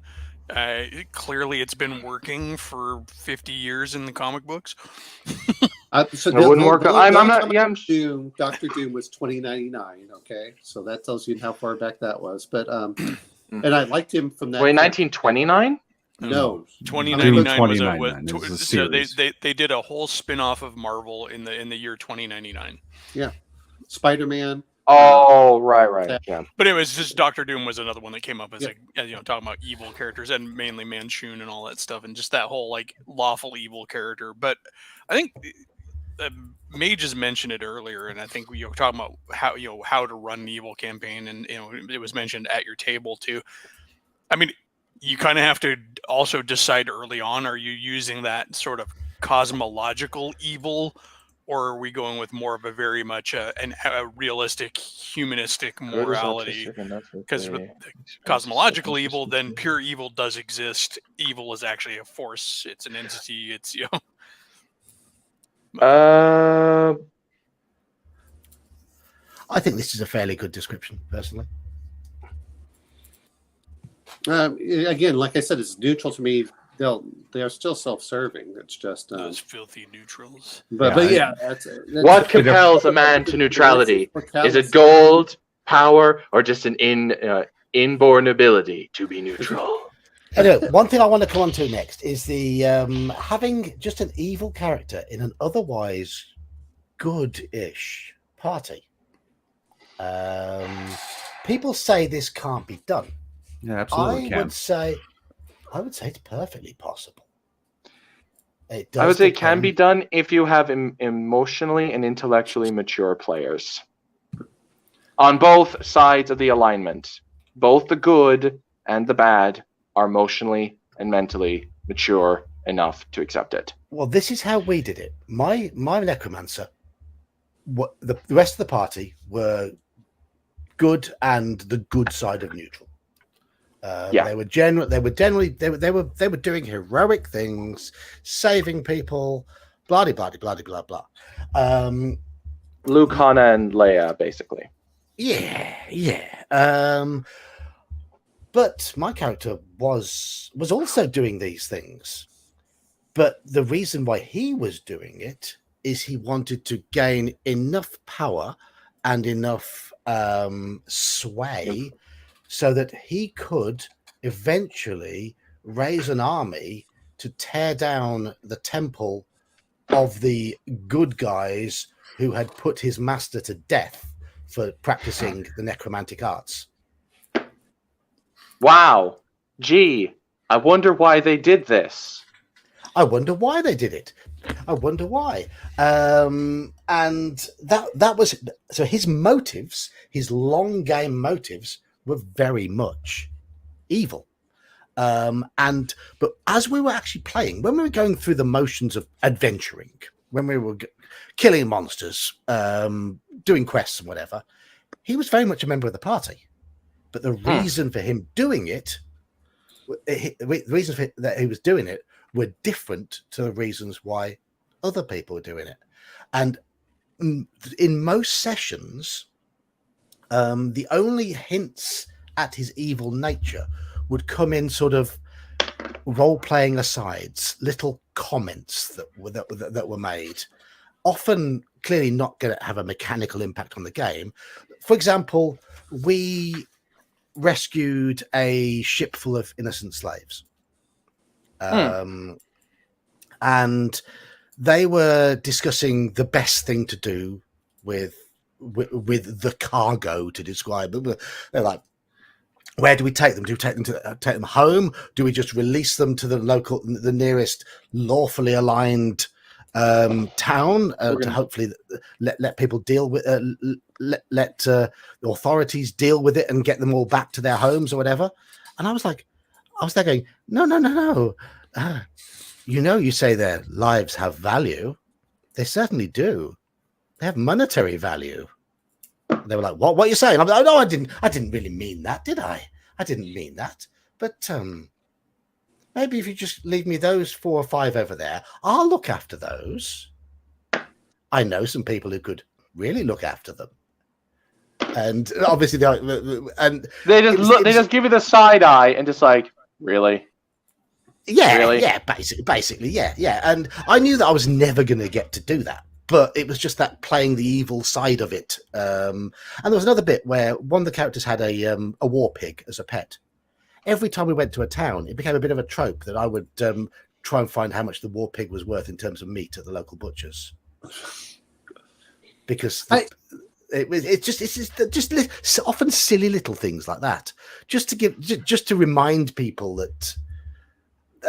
And these would be happening behind the scenes. They wouldn't always. I mean, yes, the players would see me role play it with the DM. I knew I'd never do it successfully with the DM. The DM because it was his wife's war pig, so it was never going to be allowed in the game session.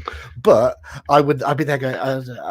I would just sneak off to go and see the local butcher to see what the war pig would be worth. And then go about 5 minutes of here, piggy, here, piggy, but then we just. It was never going to work. But I think you make a good point right there, though. If you're going to do an evil campaign or a mixed alignment campaign, do it on the up and up. Get rid of the secret squirrel crap and play it upright and obvious.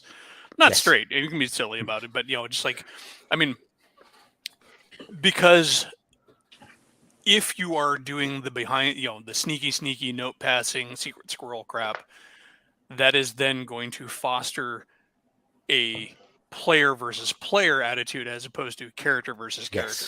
Yes. Because they'll be sitting there thinking, why is John so quiet all the time? He's not saying anything. What's he I'm doing? gonna flat out ban secret squirrel stuff from my games. Mhm. Period. Yeah, I've actually been in games where like the DM would tell secrets and would go into a separate chat with other players for like 20 to 30 minutes at a time, and we're just sitting there just thinking, That's ridiculous. putting the game up. Yeah, it was sometimes I think it was up to like 40 or 50 minutes, and we're just that sitting is there twiddling that our is thumbs between and- session sort of behavior. Yeah, and it's in the middle of the game, and it's a secret that only your character would know, and it's like, and I'm sitting here like, can we not just be adults and just say it publicly and just like role play as if we don't know? Like, can we not do that? Even I didn't like it when I had to do it because he did it with me as well. I'm like, it got to the point where I was like, can we not just be adults about this? Please. I want to say in my games, in my AD&D game, assassin is a fairly popular class. It comes up a lot, and I mean, it's good. It's a good class. It is, but what I don't tell players is, oh, such and such made an assassin. The person will bring in their assassin, and they act or behave in the way they want. The one thing I always do is first level assassins are never sent out on assassin work. They are strictly spies. They're information gatherers. They are told by, if they choose to be with a guild, I always give the player, do you want to be aligned with guild or are you independent, right? A freelancer, freelance, they go from there. But if they're with a guild, then their job always is get all the information they can on these adventurers and report back. Profit how you can, but ingratiate yourself, and go from there. And it always works. It's pretty funny. I don't, pass notes at the table or whatever. And the players are like, oh, I'll just go along with it because I'm supposed to work with these guys and profit. So, hey, and that kind of approach works very well. And the same now that's an assassin specifically with an organization behind them, but the same works for any bog standard evil character. It's like, I joined this group. We're here to make money. So as long as I get my share, then Bob's your uncle. I don't care. Like there will inevitably be moral conflicts, but that's part of the game. And so long as characters understand that, sometimes conflicts can boil over. One character might have to bow out and you have to bring in somebody else. That is part of the game, and you have to accept that if you're going to choose to be an evil character, mixing in with good aligned characters. But I don't ban it. I don't say, oh well, I'll say, oh, you want to make an assassin? Well, you should know there's a paladin. No, I would just I would just treat it. This is kind of why I like Swords of Wizardry. It just says assassins. Like, I just say assassins can be neutral and paladins can be ordered to work with assassins. I would just say that. I would have a guild of assassins that are evil and just treat them as evil NPCs. There would be a neutrally aligned guild of assassins that conspires against them, and work for the crown, or I'm going to put it this way. This is a problem that I have with a lot of players going into it. Is there are areas that I don't want to deal with when I play games, whether it be rape or child mutilation or torture. I'm like, look, that we can talk about that upstream. It's murder. Well, murder doesn't bother me as much, oddly enough, because you kind of murder the entire game is murder. Yeah, it's no. See, that's no. I would say you're killing them because killing can be justified. Murder cannot. But again, murder is no. Okay, look. People justify murder all the time. We have wars going on and they're justifying it. Anyway, the whole point of it is that while we're doing this that's part of the other reason I don't like a lot of evil characters. Now, I don't mind if you're going to be kind of twirling your mustache or things like that, but I'm like, look, I kind of don't want to go into those really dark areas and watch my players go down onto that. And like, no, that's fade to black territory. Even when I played World of Darkness stuff, I'm like, there's just some stuff I'm not doing. Yeah, I get that it's part of the world, and this is supposed to be a dark and gritty thing. I'm like, that's cool. I don't go see those kind of movies either. If I, my viewing tolerance is much greater than my doing tolerance, obviously. But it's still though, like, torture, mutilation, all of that stuff, like, we can just, fade to black or that. do it off screen. I mean, or even in playing games, even with D&D with non-evil evil parties. So you're talking about, like, you come to the village and you can make it clear how bad it's been for the villagers without having to spell every last thing out. Detail out. And the other part is, and I know that John's probably going to go, yeah, look, that's left to the DM, and he needs to read the players for that. But the problem that I have with it all too often is, unless you get very, very mature players, and that it's one of those things of, if you're going to do it, it's one thing if you're going to twirl your mustache, and you're going to be that kind of evil, like we're talking Magneto, something like that. But when you're going to be truly depraved, like, no offense, I don't want you in my game. Yeah, like, if like a player, even if it's like the fade to black stuff, like you say, oh yeah, but I'm just like, yeah, if you're doing like, murder or rape or like excessive torture, right, like that kind of shit, I'm like, I want to root for my players, and if your character are doing this because you're controlling them, I don't want to root for them. It'll get to the point where I'm like, I want them dead. I will actively cheer if they die. I'm like, good, now I don't have to deal with you anymore. Now, I will say this much, is I don't mind a player that's going to do it with the understanding that they're going to die. And what I mean, it's kind of the, look, you're going to be my little secret DM character that you get to play, but just understand that you're going to do this. And then the other part is, are you going to have a character arc? It's one thing if you start off evil and you're going to try to have a character arc and try and redeem yourself. But or you're trying to be good and you're slowly going down, which is the Vampire the Masquerade style. That said, as much as I talk about not wanting evil, I do really enjoy this game called Wicked Ones, where you get to play the evil monsters. But you're playing more of the dungeon monsters, not so much exactly. I mean, psychopaths. They're evil in the context of the flip side of the dungeon crawl. Well, it's Dungeon Keeper role playing game. Yeah, well, that's my whole point. This is kind of like fun, tongue-in-cheek, and that's the thing of like, okay, that the hero is going to kill you eventually. We're going to see how long you make it. You get to have some fun with it. And, every so often you might be poking your goblin or kicking them, because they aren't washing the floors correctly. If you're going to do it kind of the comedic way, then I don't evil, mind. I would be interested to see. Comedic evil is fine. Yeah.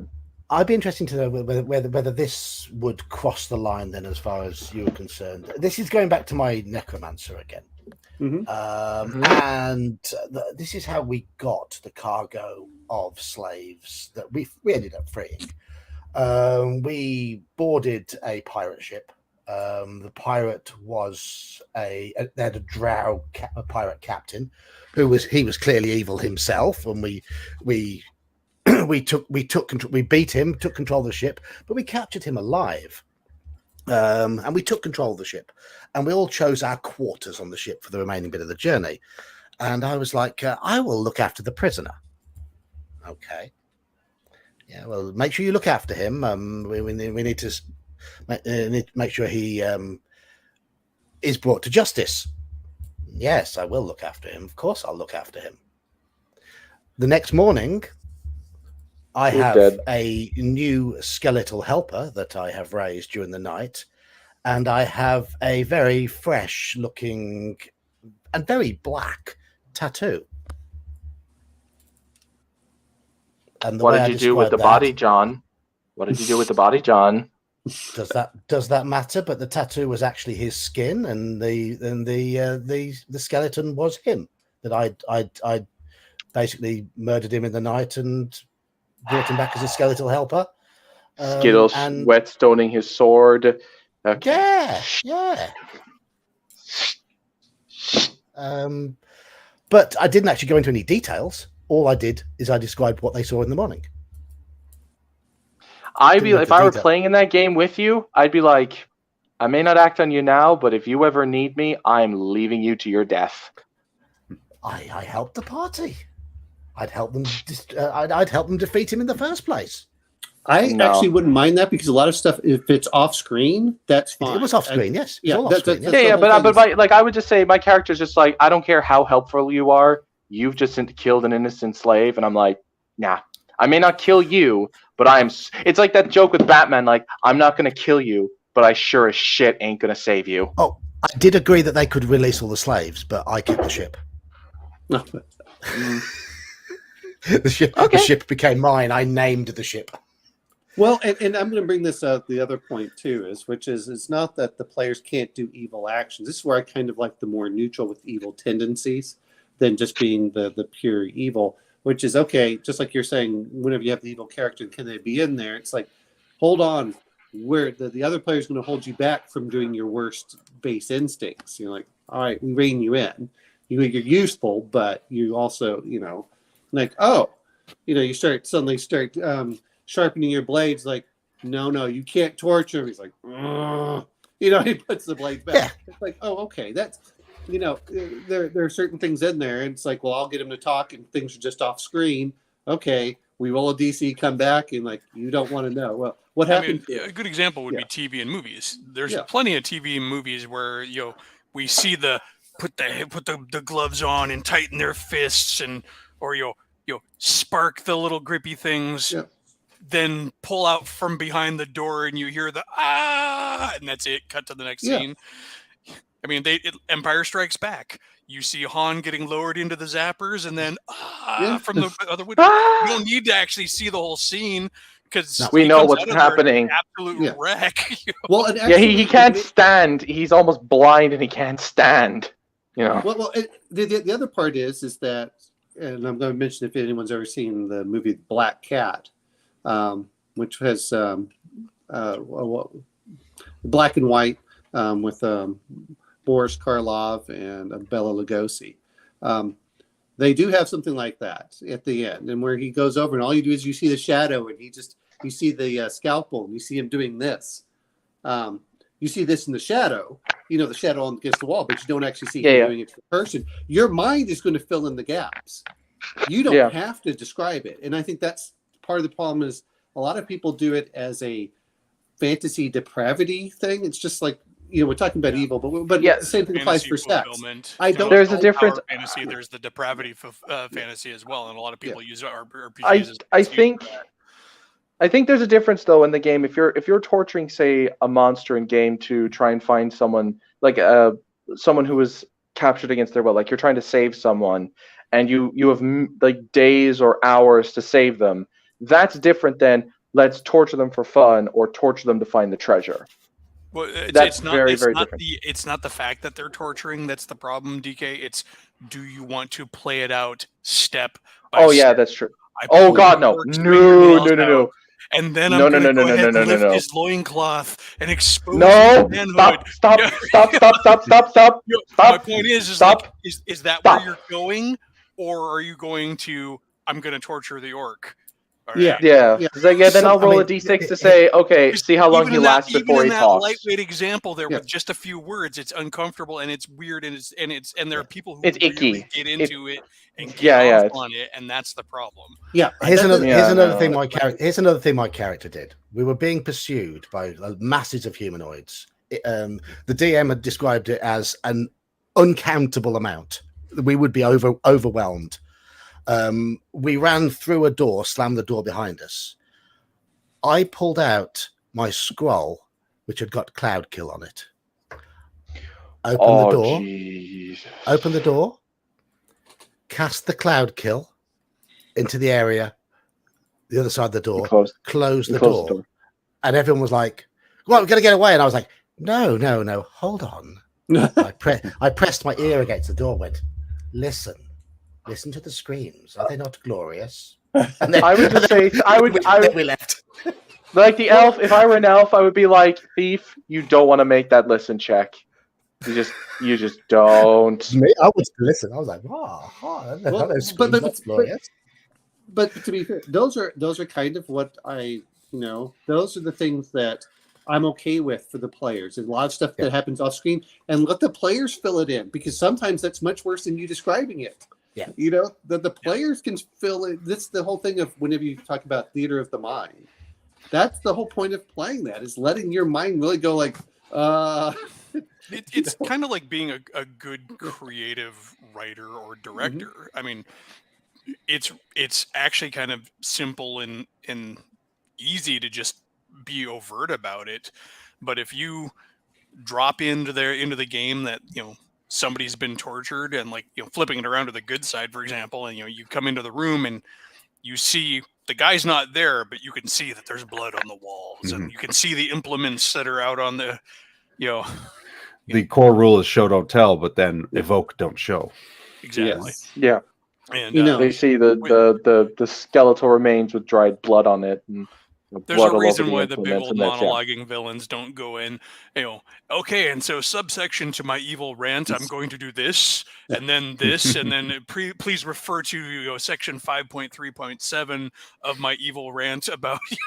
well, I was reading some of the old books. I don't remember what they are, but there's some of them, whether it's the from the 1930s, I guess, from more, you know, and you start reading some of it, you knew what happened, but they use kind of euphemisms and things like that. And you're like, oh, okay. You know, it's all right, she's been raped, but, you know, you know what occurred. Explain it. Yeah. You don't have to go in detail. That's well, also it's it's easy in fantasy games, especially to use some of the parlance of the time that make it lighter weight. Like, you know, she was taken, and, you know, or they took her away, and, you know, and then just everybody's just like, okay, well, we kind of figure we know what the hairy bandits from the hill are probably going to do with the farmer's daughter when they take her away.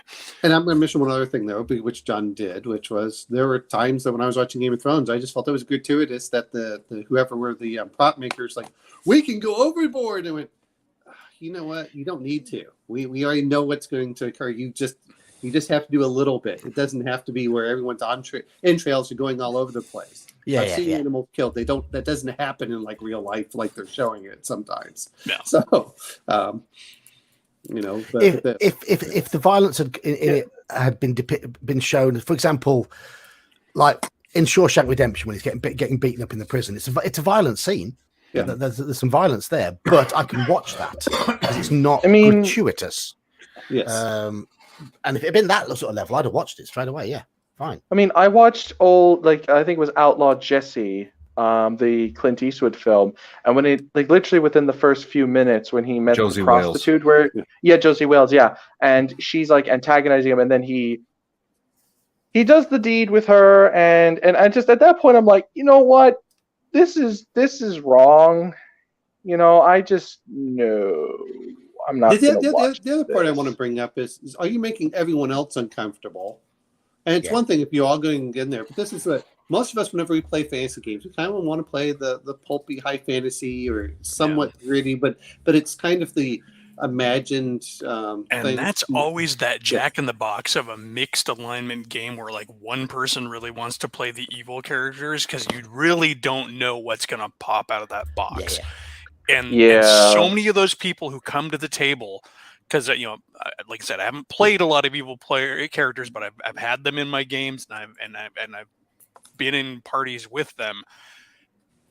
So many of them, I would say the majority of them, were just either obnoxious dicks, or they were just there, like you said, to play out their weird fantasies and fetishes, and just, you know. And they're making everybody uncomfortable. It's one of my playing World of Darkness games and be like, no, I know. If it's like that scene, from Seven where it's like, what's in the box? What? It's like, what's in the box? Flesh-shaping vampires were some of the worst. Well, no. Well, see, this is the thing that we're talking about. I don't mind if the DM is doing that because I know I'm going to be kind of uncomfortable, and I know that's the kind of game I'm going to be for. Especially when we play something like Call of Cthulhu. Yeah, because I see that as part of my job. It's part of my job as running a Call of Cthulhu game to bring in elements that the players are going to think, oh no. I'm going to be the other part though. Is in that same element, the players are allowed to defeat and kill it. Yes. So there's that element of you're fighting against something for a good, whether you consider that or not. Whereas there are different types of icky too, because I mean, I would say like medical horror and body horror are not necessarily on the same level as like Psychological horror. Well, no, psychological horror. I mean, I'm talking about like it's a weird set of lines. Like you said, Yeah. you don't have a problem with murder. You have a problem with murder, but then I argued that the entire game is predicated on murder, and then we argued over what was murder. Yeah. That's the same okay, thing with levels of depravity and weird. Some people might think that weird squelchy noises and orifices and tentacles is just over the top, and no, but. And then some people are weird. Like in my game, my Call of Cthulhu game, I have somebody who cannot watch any of those horror movies with all of that.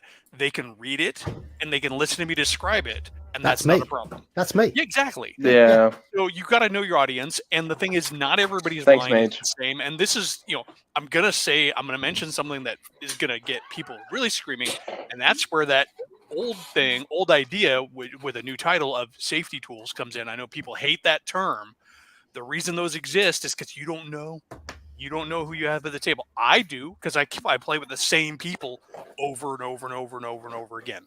I don't need those tools. Well, and I think the problem with whenever but if you're sitting down with a stranger or playing online, I'm going to say one thing is when people talk about safety tools, I was like, well, they're going to interfere with my game. No offense, if they play it and everyone else is okay, then it's like, look, you're probably the wrong player for my game. And the other aspect is if you're the one controlling it by using a safety tool, by being a dick, we're just going to kick you out of the game.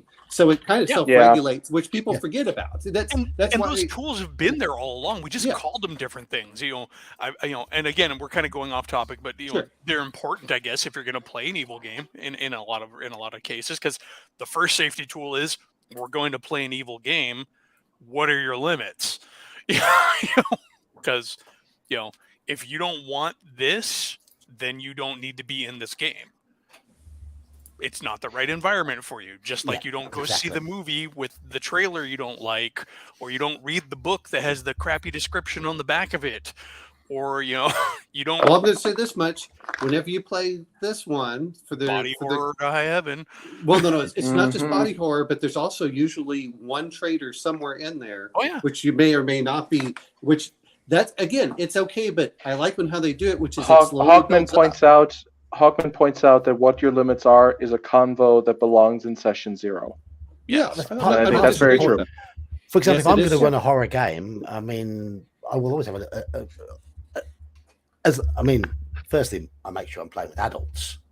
But it's a case of we are playing Call of Cthulhu. There are going to be some nasty things in here. If you want to play, you're more than welcome to. But just be aware, there are things in this that aren't going to be nice. Yeah, I'm not going to tell you what, because it'll spoil the horror. And to be fair on this is if I come in there and I go, that's the first thing, whether it's cult, I look at the art, I look at all this other stuff. I know we've talked about this before, but if I look at the art, I look at the general tone of it, and a game like Cult, I just go, no, not for me. Sometimes it's just like the names of the chapters and some of the words that jump out. It's like, all right, when I read Cult, for example, and I'm talking about the original Cult because I haven't read any of the new stuff, but that game was just like, first of all, it was just like edgier than thou. It's like, it's like, all right, I don't think I need, I don't have that strong a need to be cool to play this game. World of Darkness was dark enough, but Cult was that game that like, World of Darkness was watered down. Well. So this was the Black Dog or whatever they did with the really really dark stuff. Yeah, that was. But again, it's one of those things of when we're talking about evil, it just depends on the group and what you're trying to look for and what type of experience. And I can say for myself is I kind of want a more heroic. You can play somewhat of an evil character, or if you're going to be playing. I don't want to put this Blackbeard, that kind of chaotic evil. Okay, fine. You're kind of playing it up. We're going to be playing swashbuckling pirates. But you're going to go out there. You're going to pick the tropes. You're going to burn the with all the people on board. You're going to burn that. Okay, fine. You're going to be evil. And the same token is it's probably going to be a short campaign because everyone's going to come after you, and you're just going to make enemy after enemy until finally someone lops off your head. I will point out to L that players always had the right to say no. They just couldn't say no and stay in the game. If it was something they found objectionable, they have the right to leave, and that's them saying no. As far as I'm So- concerned, they still have the right to leave. Oh yeah, no, Yeah. but he basically what he was talking about was, the whole in response to Mobius saying this is a conversation had before friends, and he would say that was at a time when the DM had the right to say no. Not now, the players can say no. Like, I'm arguing I mean, players have always if had I that can right. speak directly to L for a moment, and I'll try to Go for maybe it. be this your Be as diplomatic as possible. your perception of what gaming is not what it is, because there are plenty of people who don't play the way that you like to make it out that people do play. There are plenty of people who still have those conversations, and there were plenty of people who in the past who didn't have those conversations, which caused problems. Most of the issues that people see with gamers today were issues with gamers back then. We just know about it more because we have social media. And the gaming hobby has not changed as much as people think it is. Also, a lot of that awareness has been gained over decades of gaming. And I think the key is that the people who it's certainly the younger side of the hobby who play very differently to us, who will be the loudest ones on social media. Okay, so let's be fair. You'll hear a lot more voices on social media from people who won't play like us, and it gives the impression that everything has changed. Will it's say a loud minority. I will say, yeah, that's exactly it. I was about to say, only safety tools are just that. They're tools, and they can be useful in the right hands. It's only when when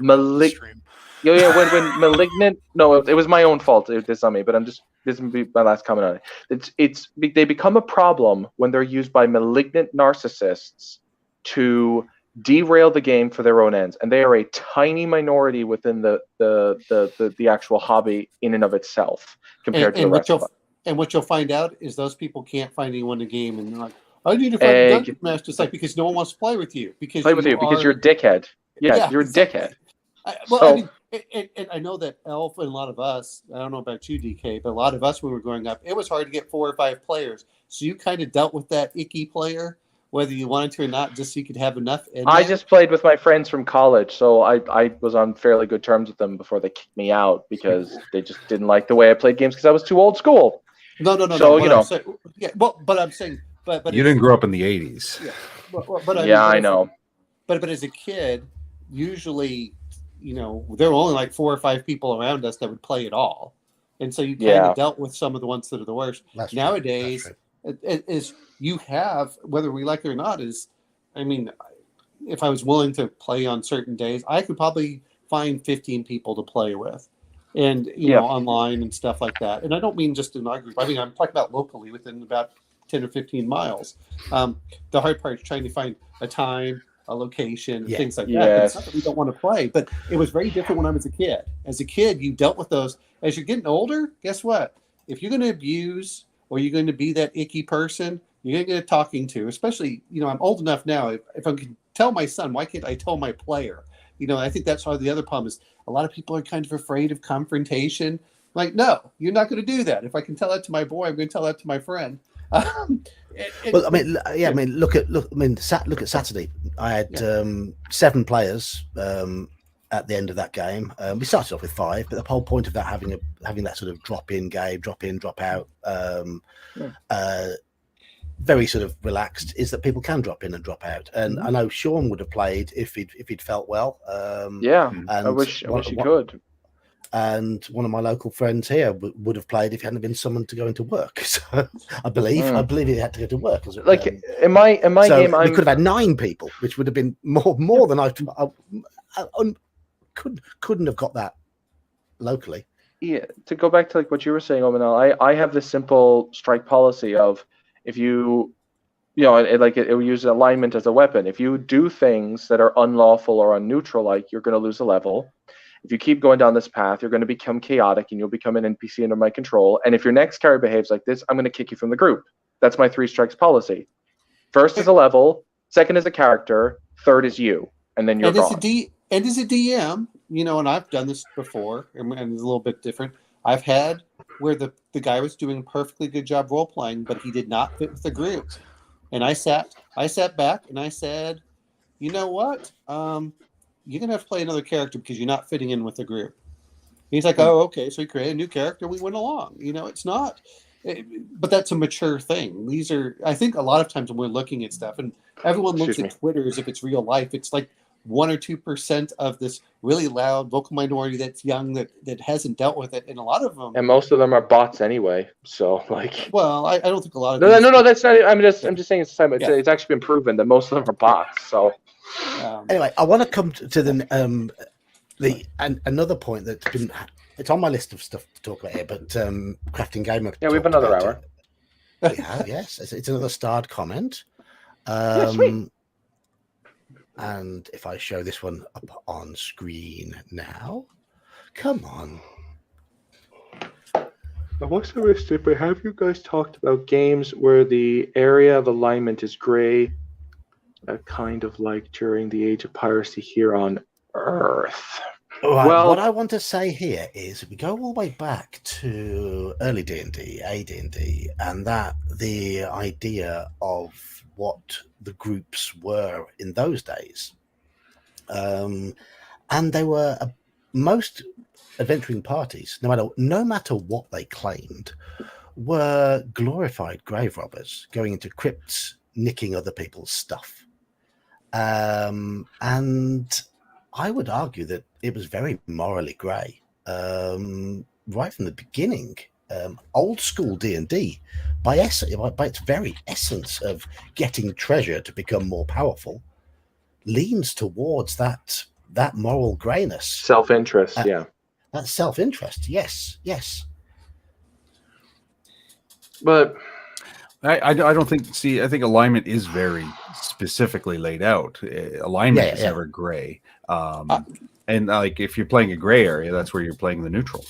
I'm going to bring this up is if we're going to be talking about alignment, you've got, because most of the time we're talking about D&D. Palladium does this pretty well. It has one of the better alignment systems that's not related to a cosmological battle. I mean, just that's what you look at is you go, okay, and that sometimes works better in those kinds of games. And then you get other types of games where you get Warhammer fantasy role play where chaos is evil because it has an actual impact on the world. And I think that's sometimes the problem is we're talking about, everyone wants to talk about just the players, but a lot of these games, whether it's Warhammer fantasy role play or the old D&D, it's a cosmological battle. Look at Dark Sun. Yeah. Well, Dark Sun, yeah. It's a rough world, and you've got to do what you can to survive in that place. But you can still have the standard alignment. It's just that the majority of the alignments will probably fall into the neutrals and evils. You have very few good people in that kind of world. To what Omanal was saying about the Palladium alignments. Now, I prefer the D&D 9-point system, but what makes Palladium playable practically is because every Palladium alignment lays out the tenets of what those people believe, and it's very clear. Okay, I can do this and this, and I won't do this and this and this, and that, I think, it speaks to what I was saying earlier about defining it for players. I do not like alignment as a personal morality. I've always hated it because it's very haphazard. Palladium is not haphazard when you look at it. No, it's very specific. It tells you, in fact, it gives you good examples like we've been doing here as well. No, I don't mean a Palladium. I don't mean that. I mean just the way people handle like 9-prong. They treat it. I think that's the main reason why I don't like 9-prong alignment. Okay. Because I've been surrounded by the more new school interpretation of it being purely moral rather than. That's in the implementation, not in the core system. I know. I'm very stubborn though. I think that's yes. The reason I love having the alignments is I am issues after all. You are issues. Excuse me. The reason alignment is great as a role playing tool, and this gets lost on a lot of people who just want to play themselves. It's a way to get out of your head. It's a way to remind yourself, oh wait, I'm playing a character. The character, even though I would say do this character would not do that. That is crossing a moral line for him, and so many players toss alignment simply because it's an inconvenience to them, thus making the players evil. That is my thesis. Yeah, But, yeah, like literally, like I've seen videos where like it was like Joe Cat or whatever, where like a character was like he asked like he was doing like an example of new school play, and he was talking to a character who was like, oh, I'm gonna scam some people, and Joe Cat was like, whoa, you said you were lawful good, and he says, no, I was actually a hospice nurse turned guard. But I don't really believe in alignment anyway, so I'm going to get my scam on. So you're chaotic evil. So you're neutral or chaotic evil. Cool. Nice. I'm going to say something which is actually pretty funny, but it relates to this. If anyone has seen the AI where the 3 presidents play D&D with Ben Shapiro, it's pretty funny listening to some of that. No, I haven't seen It's a comedy thing that they come over there. They make fun of all the presidents going in there. But that's one of the things, like, you can't do that. You're lawful good.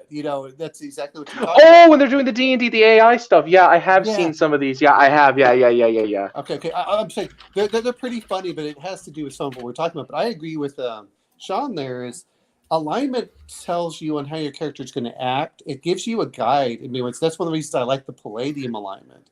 Otherwise, it's just kind of, what does this... The problem I have now with D&D 5e in particular, and I haven't really looked at 3, but it doesn't give really good guidelines on what's going in there. It's like, oh, well, you can do this. No, it's an afterthought. Yeah, it doesn't even it doesn't impact your character.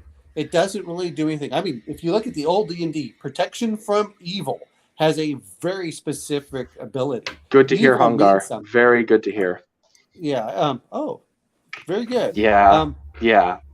But great to hear, Hungar. But if you want to play a game without alignments, then fine. You got this one where you can play evil, or you can play selfish, or you can play altruistic. Or you can play. Or here's the thing: you can be playing, like in my Lords of Olympus game that I play in. I played a character who's the god of humanity, and I literally got to the point where he's honorable and forthright, but someone was twisting his arm, and he broke into a prison to get something because he knew the guy would basically, I'll give you this for a favor, and he just wanted to say, no, fuck that, I'm taking this. The world needs it more. I need this now. And when he got to a point, he twisted his arm and said, give me a favor. And he just said, I'll blow up this entire city if it means killing you because I'll survive. He's like, go ahead and do it. But that's not something an honorable god would do. And I was like, I as a player wanted to fucking kill this guy. I wanted him dead so goddamn badly. But I relented because that's not what my character would have done. But in 1E, like it says, is that loss of level really forces characters. One is to decide on how they're going to play. And number 2 is it doesn't mean as much when you're at low level. It's fairly easy to get, to come back. But if you're 11th or 12th level, it's a long time to get. To get back, to get XP. Yeah. So I've had players who say, I'd just rather start with a first level character than lose a level. It's like, you'd rather start all the way at the beginning than just have to get that one back at 10th level. Why? But I will also point out to... Oh, sorry, keep going. Well, but I mean, when we're talking about this, it's some of those things, which is, it's a fundamental shift in the way the character looks at things. And to be fair, you should be warning the player, hey, you're going towards this. You're slowly moving over to this direction. And maybe it makes sense, but man, it really does, especially if you're an evil character, because we're talking about evil, but sometimes there's this redemption arc that we want for players. And the redemption aspect is good if you're starting off at evil. And I know that Shadow and Sun said he had a group where they were evil, and after several years, they said, we're going to start being good. And you're like, oh, okay, that's just, but that player is making real sacrifice. Well, I say player, but the character is making real sacrifice by losing levels to switch his alignment. And the same, because if he wants to go from like chaotic evil to lawful good, he'd have to go up 3 prongs to lawful, or 2 prongs to lawful, or 3 prongs to good, and then up again. That's like 4 levels gone. Well, that's insane. But it could be that, or I might allow 2. Okay, you went from chaotic evil to neutral, from neutral to lawful good, because you can, I do think you can go diagonally. But can you? I thought you had to go like you had to go one axis at a time. Yeah. Well, it depends whether it depends depends whether he's a bishop or a pawn. That's the thing. Yeah, I will also I will also point out to Kabuki Kid that yes, he's okay. He snagged alignment, I think, more so from Paul Anderson for the Paladin. The terms law and chaos, I think he got from Moorcock, but the way it works, I think it's more Paul Anderson. If I'm remembering correctly, I could be wrong. Let's not divert too much into the alignment argument, the alignment arc theory, and all that sort of stuff. Because we already did a stream. Well, we're focusing on evil right now. Yes. Yeah. So we're going back to the definition of evil, and I've said before many times that I like to play if I'm playing D&D, I like to have a very sort of medieval feel to my game, my settings, and all that sort of stuff. Mm-hmm. And I would say now that if you're trying to almost simulate a medieval feel to the game, and I did, what they would perceive as evil would be different to what modern society perceives as evil.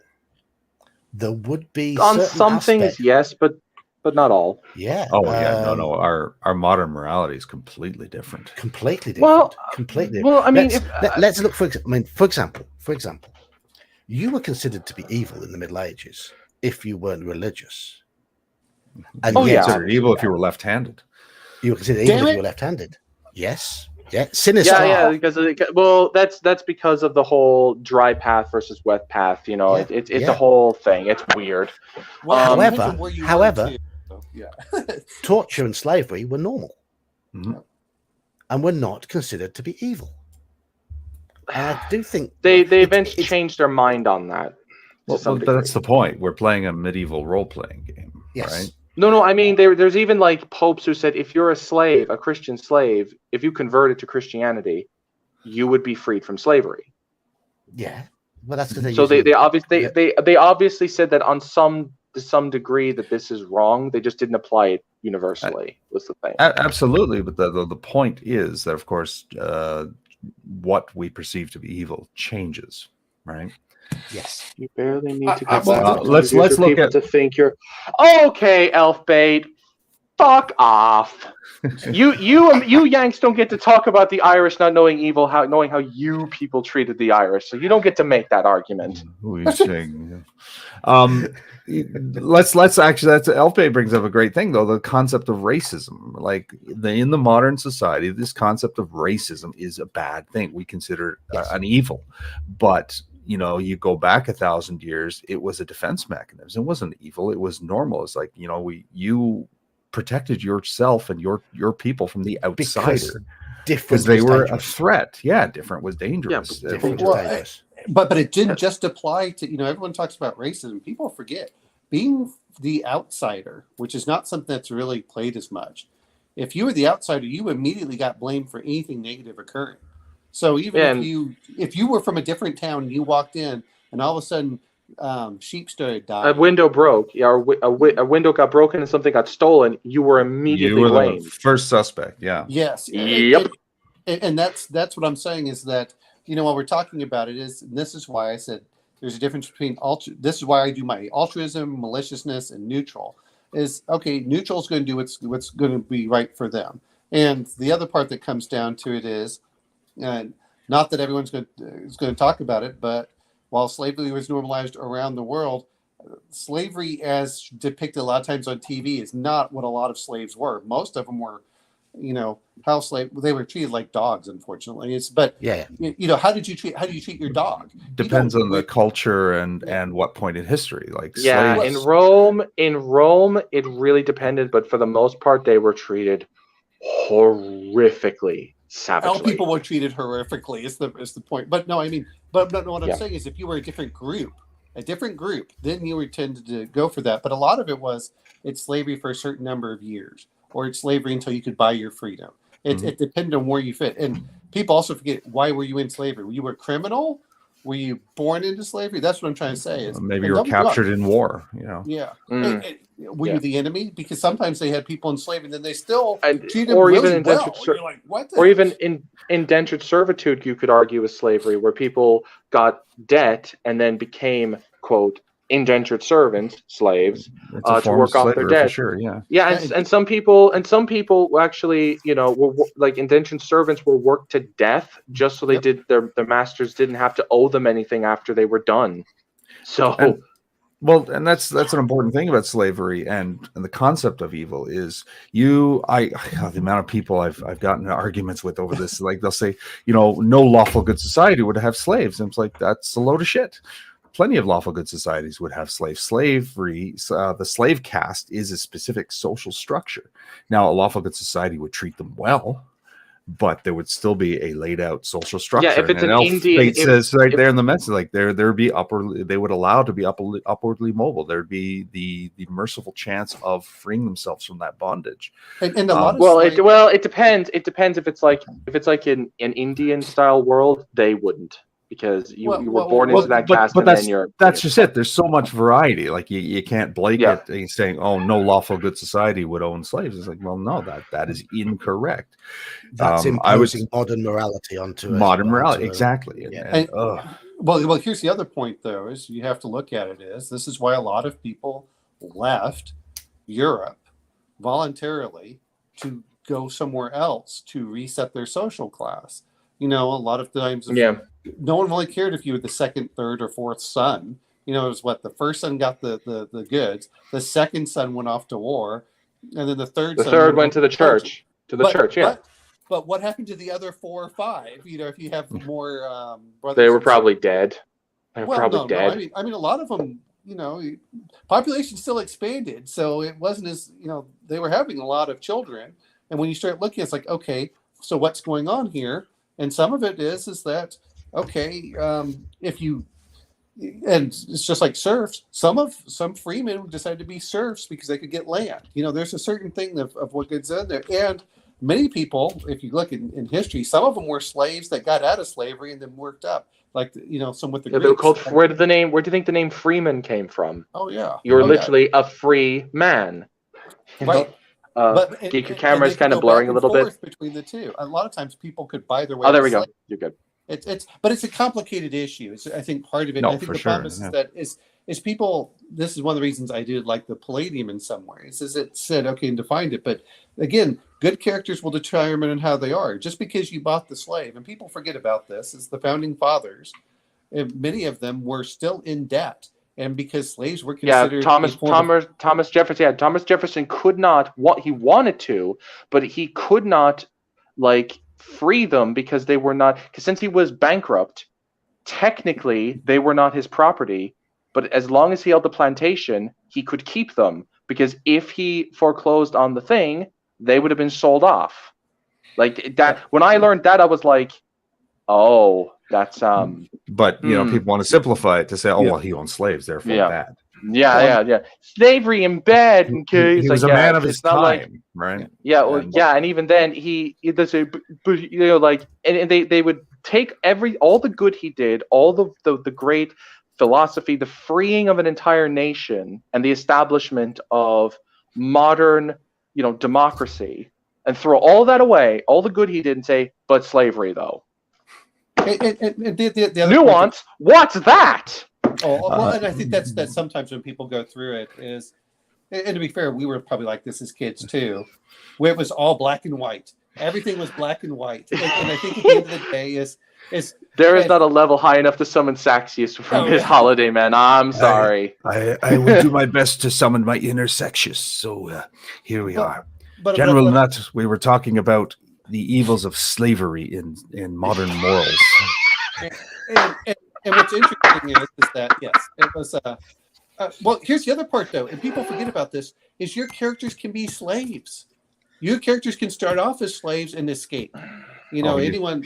You want a rebellion at the table, you put your characters in captivity. Yeah. Oh, that's a fast way for them to go chaotic evil, man. That is a that is a fast track. And then you go, yeah, you've completely destabilized an entire civilization, and you've killed children, and you burnt down buildings. No, I'm just saying that players have this natural bugaboo hatred of captivity. They will fight to the death just to spite you. No, to spite you. Well, we talk about this, but yet I've played Pit of Cthulhu for Conan. You start off as a galley slave. That's where you start off. If you start out, if you were like imprisoned at the start, yes, they're receptive to it. But if after some time they get captured, or they're about to be, that's when they start getting antsy about it. You know. And to be fair, if A4, you start off that way, and then they threw you in the pit, at the end of A3. But the other part is my players enjoyed A4. This is what it comes down to: is players will fight to the death, but there's optional rules. It says you can subdue any intelligent creature. Well, as soon as you hit 0, guess what? I don't have to kill you. You're now subdued. Which now you find. Yeah, but they'll treat that as saying, well, you let us live, and they'll get even more angry. It depends on the characters. You have to get the thing is that most of it. I know logically. I agree with you, Omanel. I know what you mean, and I think that's true. But they will feel that way. That you let them live. Yeah, it's a lack of trust. A lot of times, is what I found is the when people talk about my player agency. Well, and I know that Sean talked to me about that one player who's been playing since 1974. You can't kill me. Like John Cena. You can't kill me. I had a player melt down at the table. He was an old school player. He'd been playing every edition since '74, and he couldn't handle that his character died. He just melted out of the table. He was acting like a sulking child. This is like 65-year-old man. Yeah, and I mean, none of the other players could figure out what the hell was going on. As a player, I played in Aaron's OSE game, and I got my cleric to like 3rd or 4th level. And now he retconned this because he didn't realize that we had war dogs who were heavy enough to trip this pitfall trap that killed us. But he said, you walked over a pit trap, both of the high-level clerics, we fell to our deaths. And we were like, oh, well, that sucks, but draw up a new character. But then he realized, oh, you bought war dogs? Then they would have tripped it first. So, I was like, hey, I got to live! Woohoo! But I'm saying that is you need the trust. Is I know when I was talking to Shadow one time, he said, taking away characters' items, just some of them would rather just, why did you just kill me? You broke my sword. And you're just like, what? And, what? You do know that your character isn't a sum of stats, powers, and magic items, dude. You got to understand that this is the gamer mentality taking over. People are in avatar mode. They have attached themselves to the success of their characters, and they take it personally any setback. Like, I'll be annoyed. I'll be angry at the DMs. Like, man, for fuck's sake. But I'll be like, okay, I'll. Back on topic, though, that might be a good time to bring in an evil game to teach them that actions have consequences. I think that is good. Well, I do like that, and there are times to do that. I think that's one of those that, again, I think what we're talking about is if the players are up for it, and are you going to be comedically evil is what I want to call it, or are you going to be the I'm okay with that. If you're going to be comic book evil, okay, that's fine. I don't mind that too much. We'll go through it. A lot of stuff is, but I think that whenever you're going to have evil characters, you really do need, whether it's the session 0 and people talk about, well, safety tools. No offense, as a DM, if all of a sudden I started seeing players doing stuff, I'd say, stop. We're not going there. That's why I always laugh when people are like, well, there's our safety tool. You know what it's called?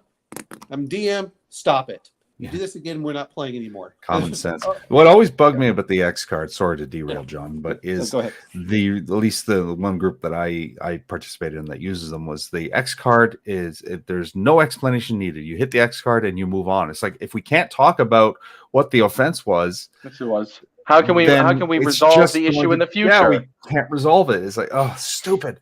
I get, okay. Oh, but you just don't understand our lived. Yeah, there are topics people don't want to go to. Fine, that's fair. But if you're unwilling to talk about it, or at least say what it is, you cannot avoid it. Yeah, like if say like someone said to me they had a real bad experience one day where they were surrounded by rats or say spiders or snakes when they were very young, right? And I have these monsters in the game, I am and they sorry. don't tell It's me not the this. game for you. Yeah, I'm like okay, yeah, but what I'm saying is I am willing to say okay, fine, I won't use them, provided you tell me this. If you after like 50 sessions and I throw phase spiders at you, and then you say, X card, you're a bad DM, this triggered me, and then I'm like, why didn't you tell me this at the start of the game? I think How am I supposed to know this? I think that's again, when I'm talking about the safety tools, it's the point is that, and I think this has to do with age and how disagreeable we are. The whole thing of growing up is if I didn't like something, either I just never showed it. I'd say, what, not the game for me, I'm out, or it's like, hey, no, you went way too far. This is not acceptable. And as a DM, I've taken players. This is the one thing I don't like is when the player decides that they're just going to go berserk and kill all the other characters. And they're like, oh, I just started doing this. I said, I'll like time out. Your character's gone. You don't want to be part of the game. That's fine. And that character just disappears out of the world. I don't really care. I'm like, okay. People do have this vision of that being the ultimate, the inevitable end of an evil game. Yeah, the characters fighting and fighting each other. And it's certainly a possibility. It's a possibility, but it's not an inevitability. No, absolutely. No. This is when a player just got fed up with playing the game, and then they just decided to be a jerk and kill everyone. I've had good characters come to blows legitimately in character, and parties because they disagreed on a course of action. Oh, that's okay. I don't mind it. That's not what I'm referring to. I'm just referring when the player just gets fed up with the game. Being a salty little douchebag and just wanting to flip the tape, basically flip the game board off the thing because he wants to have a temper tantrum. Or I'm tired of playing this game. I want you all to play a different game. Let's go. No, you get out. We're enjoying this game. The game, you're not a central point of the game. You can just leave and we'll carry on. Yes. And that's what I'm saying is I don't want to have to deal with those kind of players, and that's, and I do not blame you. Yeah, I do not. I don't think any of us particularly want to deal with that sort of player. I mean, it's a question of catching it before it happens and recognizing a player has that sort of trait. I even like playing dumb characters at the table. Like I play Skittles, the paladin in OSE. He's pretty dumb. Or rather he's a bit simple. But I don't play him like that when we're dungeon delving. We're serious about Is he tick simple? He's got a 7 intelligence, but he's got a 12 wisdom, so he's not like a blithering idiot. But it's like he makes like side comments like to Saxius's NPC, like, you don't even offer the adventurers dental? As he sucks on a lollipop. DK, I will admit to you now that the encounter that killed Jean's character, Tully, was through a wandering monster roll that was triggered by the fact that you were tapping too much with your 10-foot pole. Fuck. My bad. Sorry, Tully.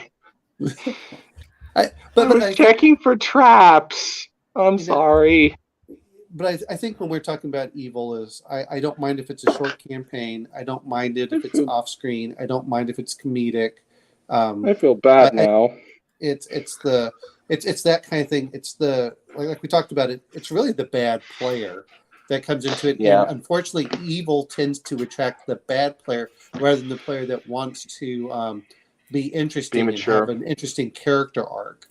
Because if you say, hey, look, this is what I want, and over the game session, I want him to slowly move towards good, or you say, hey, look, I'm going to have him slowly devolve, as he goes through. It's the I forgot. The rise like a phoenix or the fall from grace stories. Well, or the path to hell is paved with good intentions. Those for very interesting characters. I'm okay with that aspect, but I want it to be a slow. Either you're rising up or you're slowly going down, up to the point that you understand that your character is going to be doomed if you keep heading this direction. I'm like, oh, okay, I'm okay with that. I think if you play an evil character, it's summarized in this one statement, right? If you live by the sword, you die by the sword.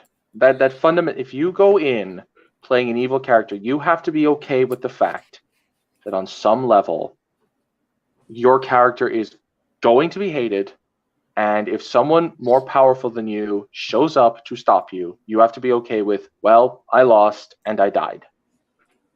And that's it. That is the main condition I will have, besides everything else about you being good with the party. You have to accept the fact that you are evil and the world is going to react accordingly, and if you get caught, you're going to die. As General Nuts has just put this, is that also accounts for good and neutral characters as well. Adventurers live by the sword and die by the sword. It's all part of being an adventurer. You don't become an adventurer and expect to survive. Oh yeah, I know, but it's there's kind of the implicit, if you don't go out adventuring, then nothing happens. Whereas you don't have to start being a malignant psychopath. Exactly. Yeah. And I would certainly, if I was running an evil game, I would discourage my players from even contemplating creating characters that were psychopaths. One of the first things I would say, because we go back to the whole session 0 thing, one of the first things I would say is I would lay it down the parameters that, yeah, I'd like to play an evil game. Is everyone up for it? Okay. Right. Now, one of the most important things when creating a character, okay, you create your characters. I want you to play your characters. This whole I'm just playing my character thing, yeah, fine. But don't make your character to be psychotic, because that character is unlikely to survive. And I'd like this campaign to develop. I'd like this campaign to build and go on and see where it goes. But if you play psychopaths, it's not going to go very far.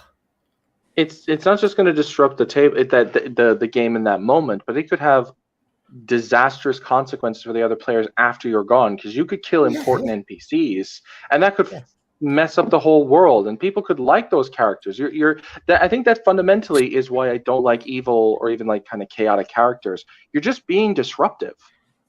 You're just being disruptive for no good reason. I think here's the other thing too is a lot of people who play evil characters don't care about the rest of the party. And you're playing with friends. It's one thing to say, okay, I'm kind of evil or I do some evil things, but you have to realize that it has repercussions on the rest of the party. And as much as people talk about the paladin limiting what other players can play, it's also the same fact of, hey, you have to. I think that if you're going to say this, is you want the players to be around there and to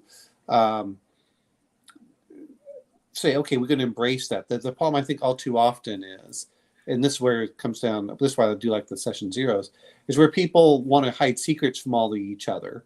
Up to the point that you're like, why are you even a group together, number one? Number two is you're supposed to act as like someone that's going to work, because even people who have those really bad tendencies tend to still have their group of why they're there. And some of them, the interesting part, which is where you get some of the interesting characters, is I'm evil, so and so can remain good. I am protecting them, and I will do whatever is necessary to protect them from the evils of the world, and I will become exactly so they don't have to become so. And that makes an interesting character. There even comes a point where that the good character realizes this and has to put them down, and there's this tragedy. And even the evil character's like, I know, like, you didn't have to, and he says, no, I did. That boils down to the player group again, though. Yeah, this takes us right back to the first point I made, right back at the start of the stream. Player maturity. Gaming maturity. Yes. Oh, yes. All to do with maturity. I just want to quickly. Sorry, I want to quickly address Jay Richter made a comment. He felt that AD&D was fundamentally skewed towards neutral and good. Yeah.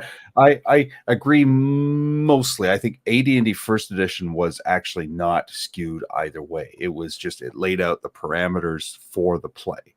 I would agree. BX and OD&D. Yes. OD&D and BX were. Basic, BECME, and AD&D second edition very specifically started And gearing OD&D as well. towards the good, the heroic, because they were Yeah. countering the satanic panic, and B, they wanted to shed all of that stuff and say, no, here we're doing heroic high fantasy stories, and that's where the narrative adventures started coming into play full force, as opposed to the sandbox.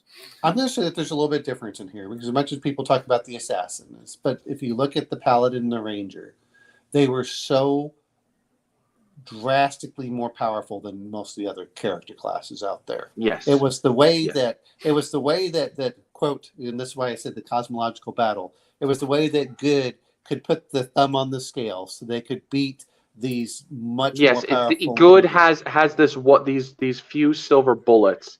Like even in like, let's say with swords and wizardry, it actually says good aligned cleric, like evil aligned clerics. The way it's implied, they cannot cast cure light wounds. They can only cast cause light wounds.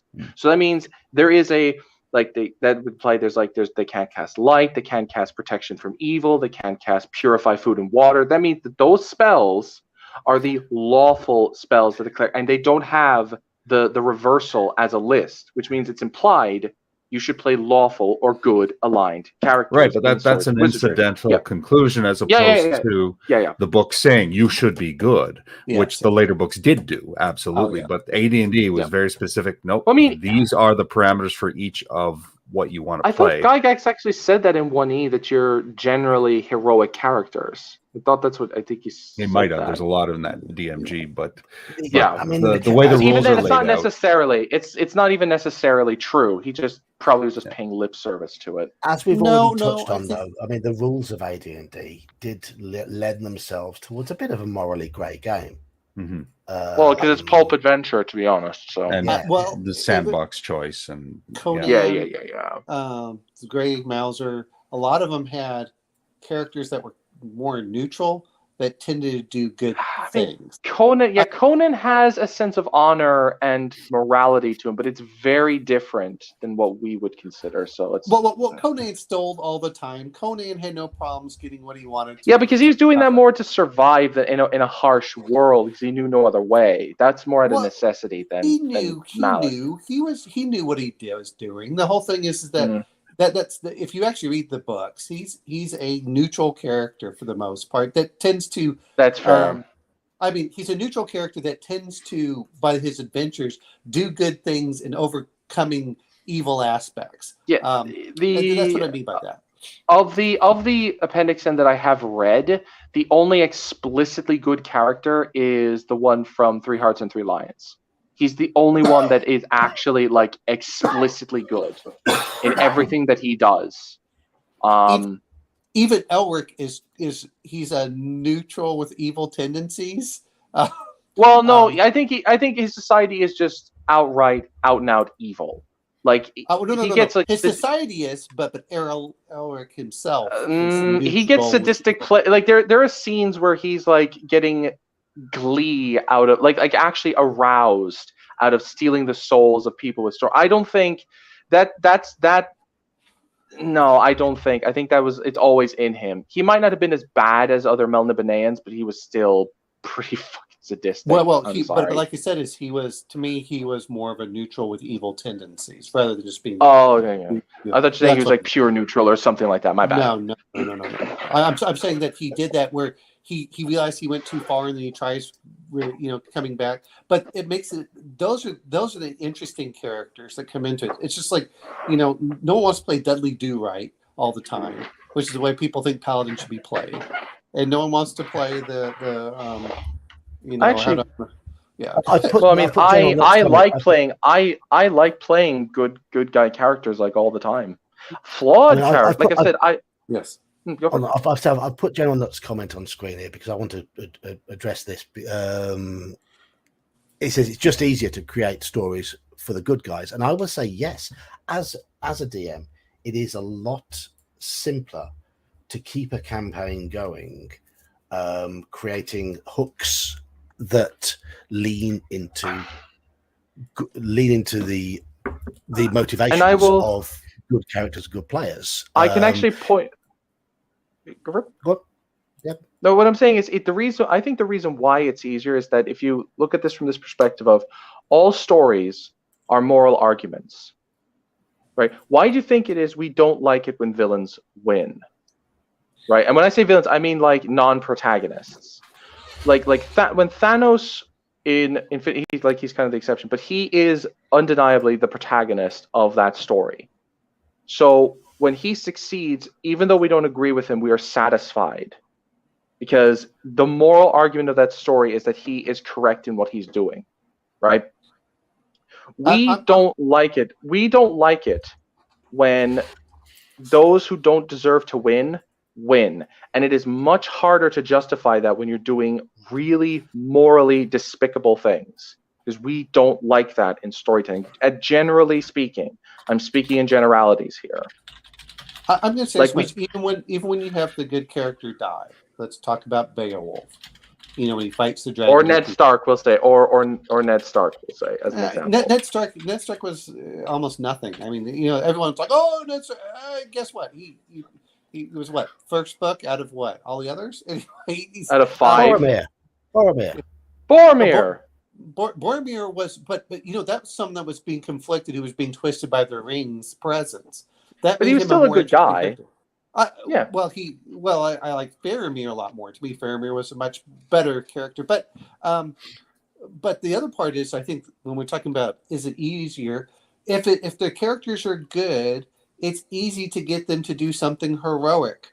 Whereas if they're neutral or evil, you have to really to motivate them. It has to be either power or it has to be about power or money or something that they want that's beyond that. Whereas good characters get both. They both get the moral satisfaction, and then they also get the levels and the XP. Or even if they don't get the monetary satisfaction, they can at least claim the moral victory. Yeah, I'm even saying like it's also, like I said earlier, it's much harder to tempt a good or an evil character to the good side, but it's not even easier, but it's much more interesting to try and tempt a good person to the dark side. You know, like Luke Skywalker vacillating between the light side and the dark is infinitely more interesting than, you know, Anakin slowly devolving into the dark side. That's only because they wrote it like shit. Anakin's descent was garbage. No. I'm going to say this much. Go look at it. Go look at how the Hound was going over from the very first till how his arc went. Yeah, but he wasn't always like an evil character. He just did bad things. He was evil at the very beginning. I mean, you know, it was. Yeah, he was. No, like okay. He was bound. He was lawful neutral. We'll say he did bad things, but at his heart, he didn't do morally depraved things. You know. That was also because he had a really fucked up life. I don't know if you noticed this. No, half his face got burned off. He was an evil character at the beginning, and he goes through that arc where he changes, and that's the whole point of a lot of this. Is that's what you want to see? Is you want to see these characters, like I said, I don't mind evil if they're going to work towards their way. Just like I don't mind seeing good characters go towards evil as they lose their soul. What I don't want to see is the stagnant characters that are just purely evil and they remain evil the entire time with no motivations. I think the harder part is getting evil characters motivated. That's the hardest part. I think the 3 key motivations for evil characters are money, power, and fear. And to me, if you can get fear to be the leading one, it makes it a little bit easier, I think. If they're working for an individual that they are genuinely fearful of, who they know will slit their throats in a heartbeat. Yeah, but I feel that's more of a removing. I don't, from my personal perspective, though, is the first thing my characters do is like, let's get the hell out of here. The other thing is it feels very railroady. If you're going to do that, because evil, like if you're just playing evil and you don't change, then you like doing a good deed every once in a while isn't interesting. But doing a bad thing as a good character is a temptation. This goes back to the temptation argument, where there's always the chance as a good person that you could fall. But if you've already fallen and you're evil and you never do anything about it. It's just boring because it's static. I think that's fundamentally one of the worst things about evil characters that just are just depraved. They're just boring. Yeah, I mean, evil characters are depraved. Yeah, you're right. I mean, another motivation is revenge. If you can set up a situation whereby revenge is the key, that can drive it well. You know what? I agree with that. I think it's hard though. It's one thing if we have one person.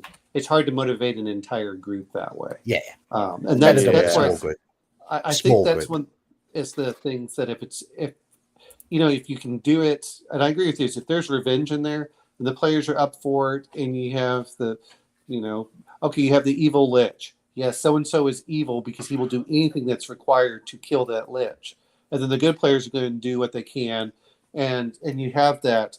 You have that good interaction, but like you said, but players really need to, before they get evil. I think this is one of those that as a DM, if you want to play an evil character, you better sit down and talk to me about what your plan is, what your motivations are. Why are you sticking with the group? That's the other part. Why are you sticking with the group? Does the group?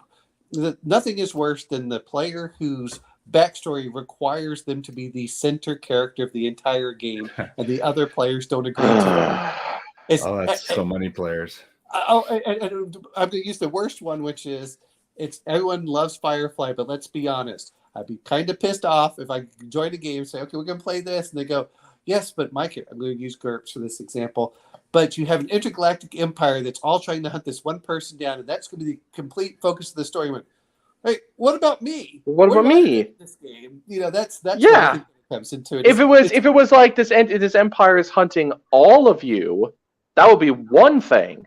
You're all the sons and cousins of a rival faction in the empire. That would be something.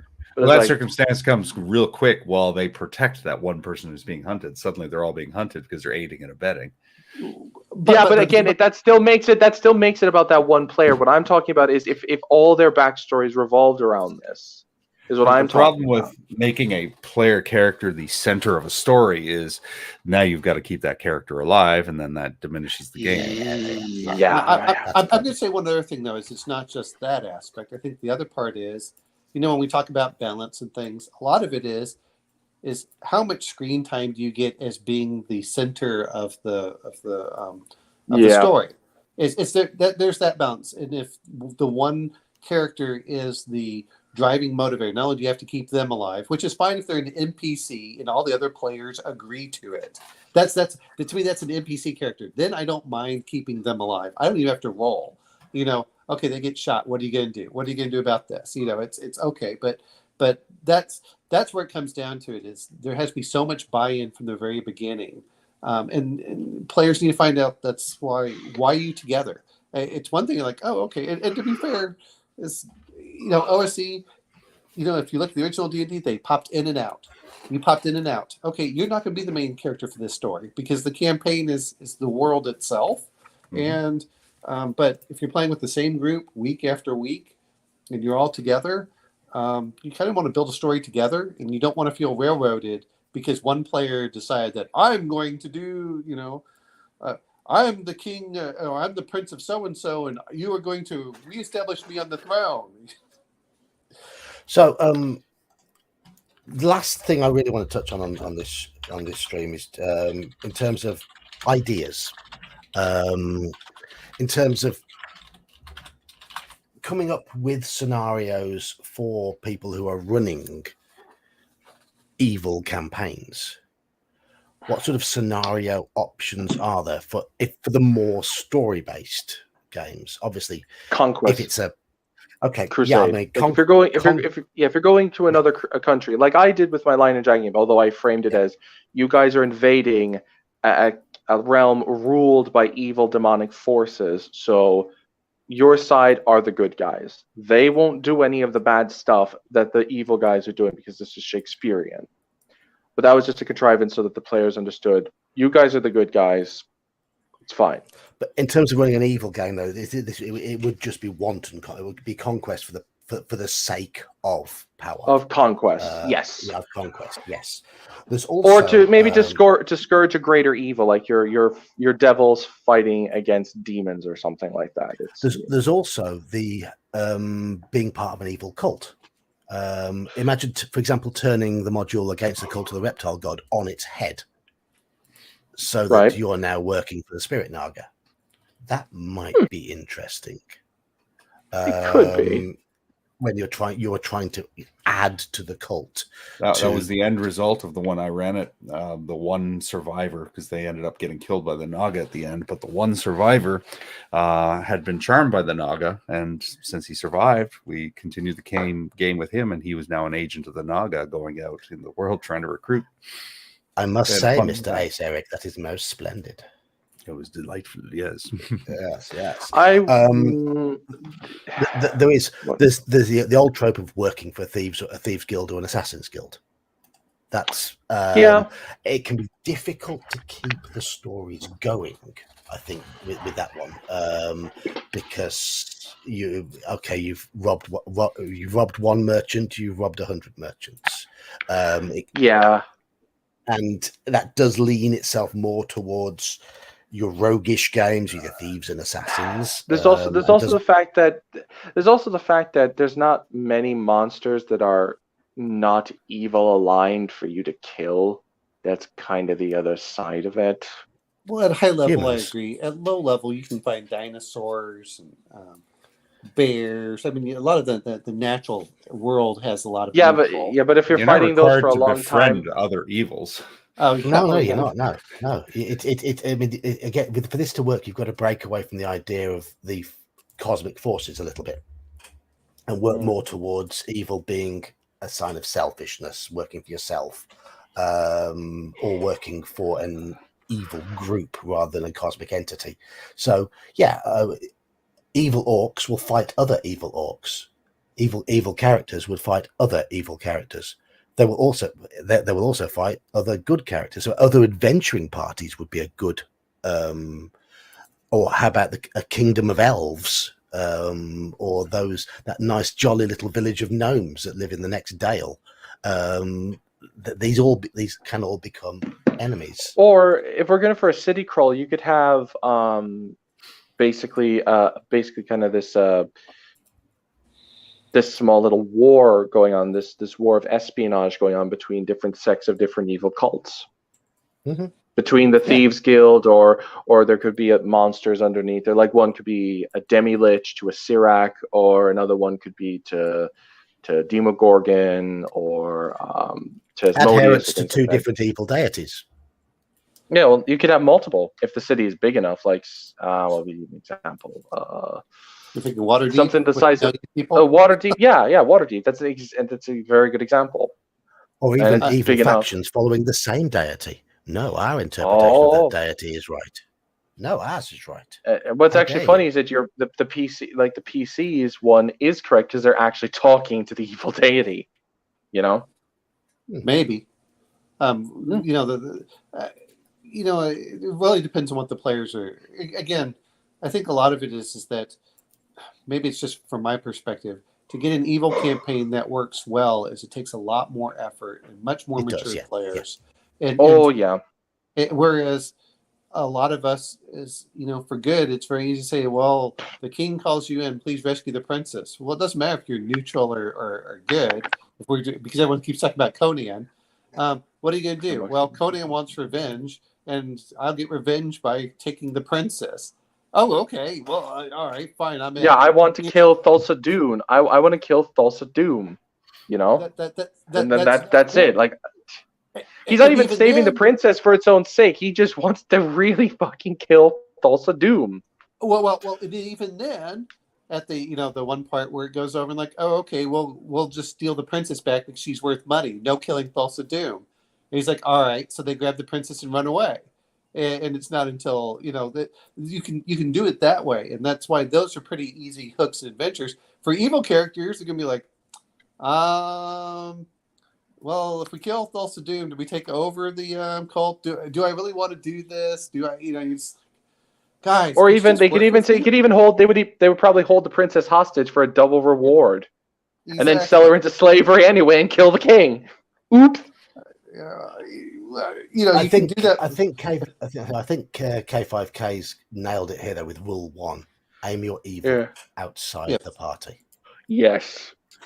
That's got to be something that's drummed in from the very. But I'm evil. I would turn on the party. No, you wouldn't. I actually sort of disagree. It's like if you're playing evil, go nuts, be full evil. But it just ties back to the maturity of the players. The players have to be bought in.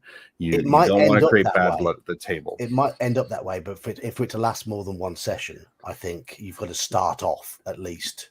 But you can't go in with the default assumption that evil will always turn on itself. Evil can have friendships and relationships. Oh, you can. People are people.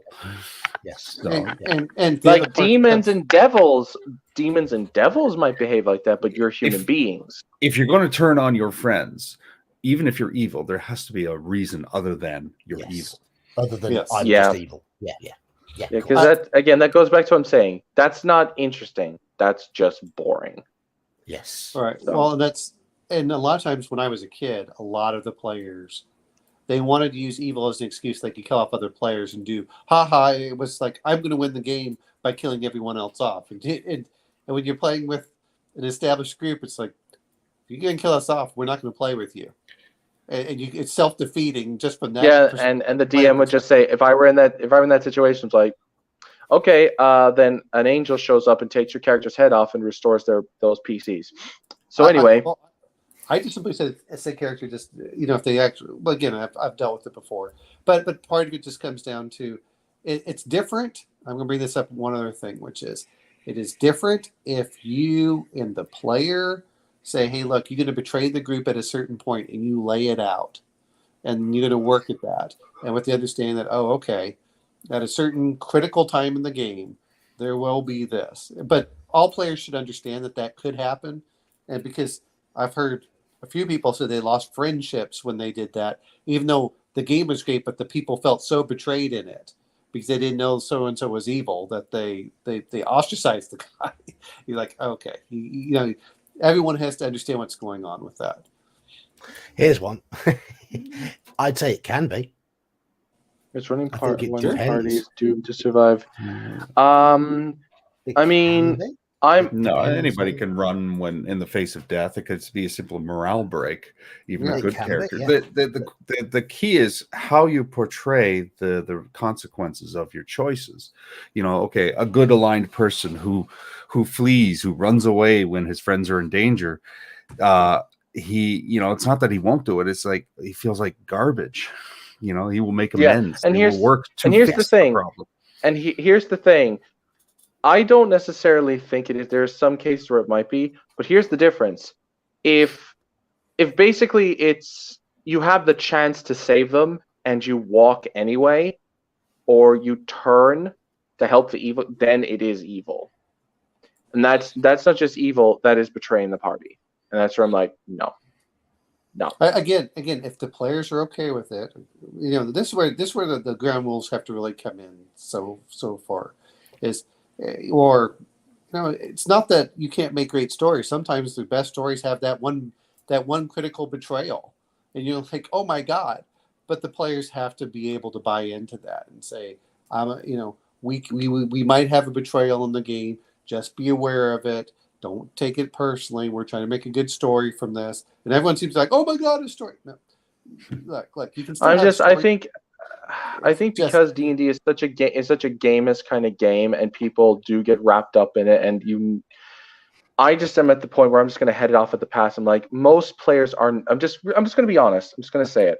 I don't think most players are mature enough to handle this. So I'm just going to head this off at the pass and say, no, you can't play these characters.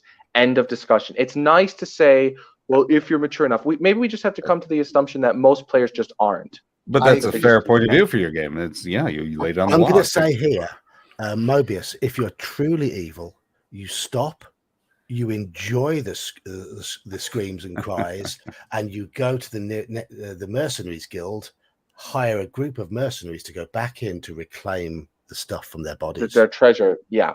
Yes. That's ultimate evil. I think pure evil.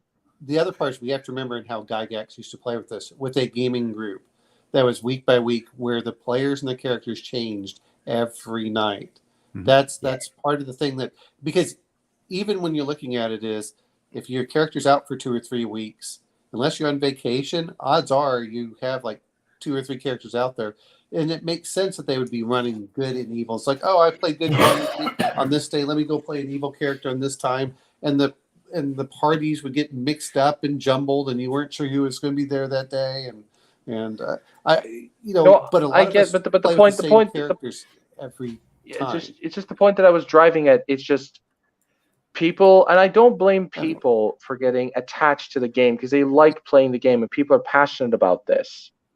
But with that passion means there's no detachment. They're not being stoic about their character death or this kind of betrayal. So I'm just saying, and it's not even like I'm faulting them for it. I'm just saying as an objective fact that people hold their characters too close to themselves. Yeah, so I'm just like, absolutely. I don't want people to take this personally because I want them to have fun. So I'm just saying, look, most players can handle it. So I'm just saying, why bother even attempting this and just make a different story that would work? I'm just saying that the way that we play nowadays is different than how Gygax was playing his game with the big group. That is true. And that is true. The other part is they probably had several characters. And let's be honest, it's kind of hard to get attached to your character. Let's assume that you have a weekly game, but your character has to be training, and then he has to heal, and he has to do this, and he's out of the game for like 3 literal months. What else are you going to do? It's like, oh, okay, so you kind of rotated through, and it was deadly enough that you kind of knew that, oh, my characters will die left and right from this. It wasn't until you get there. But as much as people talk about, oh, I would never do this, I remember hearing in the 1980s about Gen Con having grief counselors for when players' characters died. So this is not a new event. Spoonie. I brought him a brother, but Spoonie actually had this where when he was running second edition, they were a lot more merciless as DMs. They let them be a lot more ruthless. But then by third edition, he was like, instead of having these 3 wizards leap out and cast magic missile, he had them cast sleep, and it nuked the whole party, and the wizards just slit their throats while they were dead. And he got called aside, and well, these players may only meet like once every so often, and you can't just kill them. And he's like looking at him dumbfounded. It's like, but that's kind of a consequence of playing the game. That could happen. I thank you, kind Halakar. This is a most generous donation to a most needy cause. Halakar, I hate you. I hate you. I hate you so much.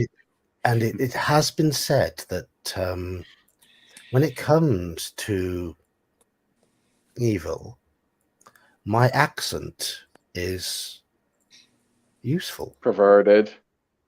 Also, it helps Sexiest too, Oh, well, Sexious' accent, that Danish twang, that certainly does give itself a deliciousness to the evil.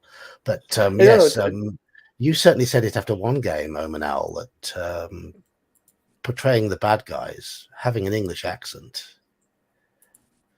certainly helps carry the point across. Does it not? It does, but I think that if we were in the same, if we all had the same accent, we wouldn't notice, and then it would be like. See, here's the thing, right? For the Americans, it's a posh British accent that's evil. For the English, it's the French, and for the French, it's the German. And for everyone, it's Russians. Don't get me wrong. I love the Russian accent. So I make them more the grizzled badass or the surly cynic more than anything else. See, I just love whether it's Romanian or anything else, that Slavic. Romanian but I love the Slavic stuff that works so well with it doing, which is I'll switch to the Danish. Works so well with having the whenever you have the vampires and stuff, the more exotic it is, the better it works. It's Bela Lugosi's Dracula. Come on, exactly. Exactly. Yeah. Why aren't more vampires Transylvanian? For God's sake, that's where the legends came from. Well, vampires are all over the world. Well, I mean when I say vampires, I mean the ones that are in popular media are basically Dracula. Or the original vampire, the one that used to sit his enemies atop a spiked pole and then sit and eat dinner while he watched them Oh writhe yeah, and scream and their innards come Vlad out from their Tepes. mouth. Yeah, Vlad I'm going to say Tepes. this much: is if you actually look at like the vampire fear that was in the Americas, in the United States, it was really palatable as well. As when they're looking over and they'd say, "Oh, we have to do this," and it's all pretty. You know, the Dracula is the more modern version of it versus the old style, which was. I will be an absolute pedant to like Kabuki and everyone that when we call him Vlad Tepes, and it is like Tepes, not Tepesh. Tepes is not his last name. I don't remember his actual family name, but Tepes means impaler. That literally, when you call him Vlad, you mean Vlad Impaler or Vlad the Impaler, and Dracula. Yeah. Halakha, in D&D terms, a big bad villain cannot have an Australian accent because Australia did not exist until the 18th century, and D&D is 400 years before that. Well, okay, and to you, no Suara, we don't know Vlad's full name because there's so many of them and it's hard to keep track. And two, Dracula is a title because it means son of the dragon. It was given to him because his father was a member of the Order of the Dragon.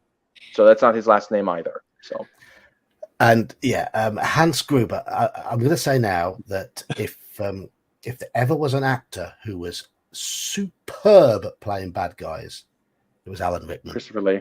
Oh, he was so good for that. Well, there's the late other one, great Alan Rickman. Christopher Lee. What are you talking about? Christopher Lee, fantastic. Him as Saruman is superb.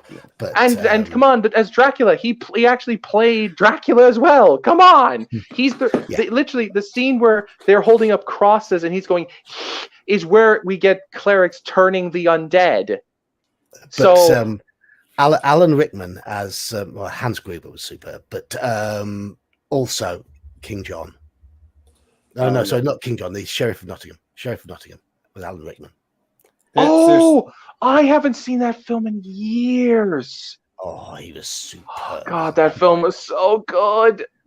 Boris Karloff, who was Hungarian, but he had the British accent that he trained himself for. Who was this? Who'd you say? Boris Karloff. Boris Karloff was Hungarian, and he did. Was he? His name was William Henry Pratt. Boris Karloff? Yes. I thought. What did he play in? What did he play in? Frankenstein.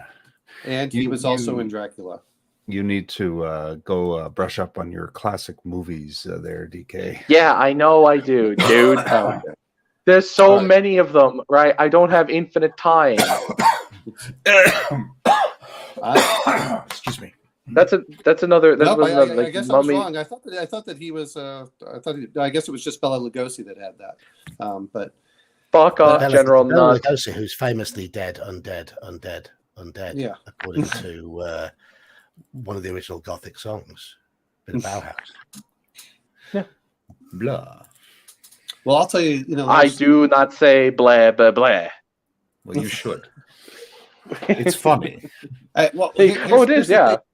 Are you playing serious D&D or are you playing fun D&D? But all D&D is fun. I like my fun serious to be D&D serious. is fun. Yeah. My games are serious and fun. Otherwise, my players wouldn't keep coming back. So yeah. What do you mean? Is it screwball D&D? Is what you Anyway, saying? speaking of evil, and we have approached the witching hour, the hour of the pumpkin, when the geek's fat melon head goes from being a melon to a big orange pumpkin. He's going to sleep, folks. His brain is melting because he's tired. Yes, it's going past midnight here. And at the beginning of tonight, I was quite worried that people weren't going to show up because we had an ill mage and we had an elf bait with a poorly computer and Omenel was going to be late. I didn't know whether DK was coming in or not, and Sax just is away. But I think it's actually turned out pretty well in the end tonight. I think we've had a pretty good. I mean, we didn't stay on track too often, but I'm going to ask this much: is of all the games that you've played, which was the most fun to play an evil character? As player or DM? to play. I haven't played enough evil characters, so I've I'll only say ever this- played one. I've only ever played one evil character, and that was my necromancer. And even though I hated him, I liked him as well. He was a I would horrible say character, but I enjoyed playing him. my post-apocalyptic character that I mentioned earlier in the stream, if you want, you can watch, where I basically am a mixture of Boone and and Caesar from Fallout New Vegas. They're two characters in there where that was fun. For me, my Shadowrun characters, because they're always, I guess they're gang members. They were always like literal psychopaths because they start off poor, and it's like, maybe this is not the best game for that. I did play a partially reformed football hooligan who'd recently got out of prison in a Call of Cthulhu game. Mm-hmm. He did the right thing, but he was a bit of a nut, if you know what I mean. Nuh-uh. What about you, Major's Musing? And I suggest you shut up. Right? Fuck yous. You don't talk like that to me, or I might be on remand. I don't care what no prod says. I fight for Ireland. Did you scream, yes. I'm the governor? I'm the governor? That guy was scary. I mean, that guy was really scary. Yeah, but what about you, Mages? What's your favorite evil character you ever played? Well, the one I mentioned earlier was where I deliciously corrupted my friend's ranger. Turned out he got a little pissy about it, but it was so funny. That's the game you play, baby. But the game I'm running, The Night Below, the Assassin's Guild game, is pretty fun to watch. Although they are slowly shifting into a neutral kind of bent because the evil characters have either died off or left. There's only one evil character left now, who's the leader of the group. There can be only one. Yeah, Jeb, don't you be putting me alongside that Vinnie Jones. He's soft. I'd have battered him. The Cray twins were scarier than you. Oh, you know, get out of it.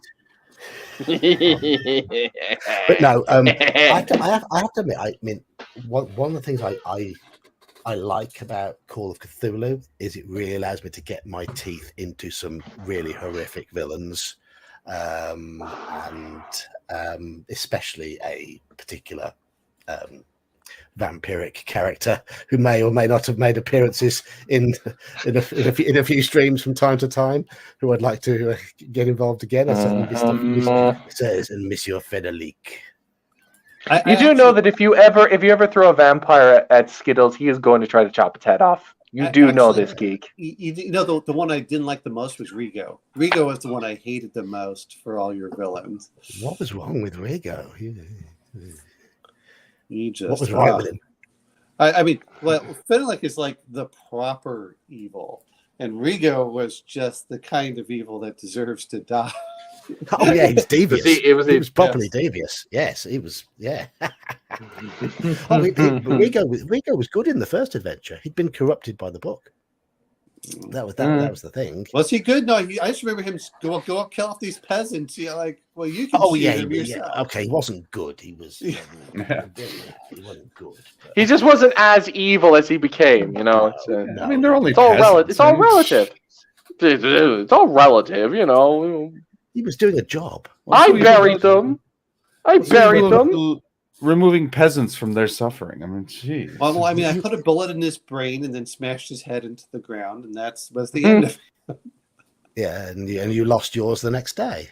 Well, yeah, but I had to die a hero. I was hoping, you know, it wouldn't have been right if he'd escaped. I would have felt really cheated. I mean, I felt the same way the first game was. I went over like, what do you mean? I just the whole visuals just worked out great, and it's like, oh, we lived. Okay. Barely. No. We kind of kicked his ass. I mean, it wasn't. Oh, you did. You did. Yeah. Oh, really? But really? Your doom was inevitable, unfortunately. As all doom inevitably is. Yes. Yeah. And on that note, the end of this stream is now inevitable.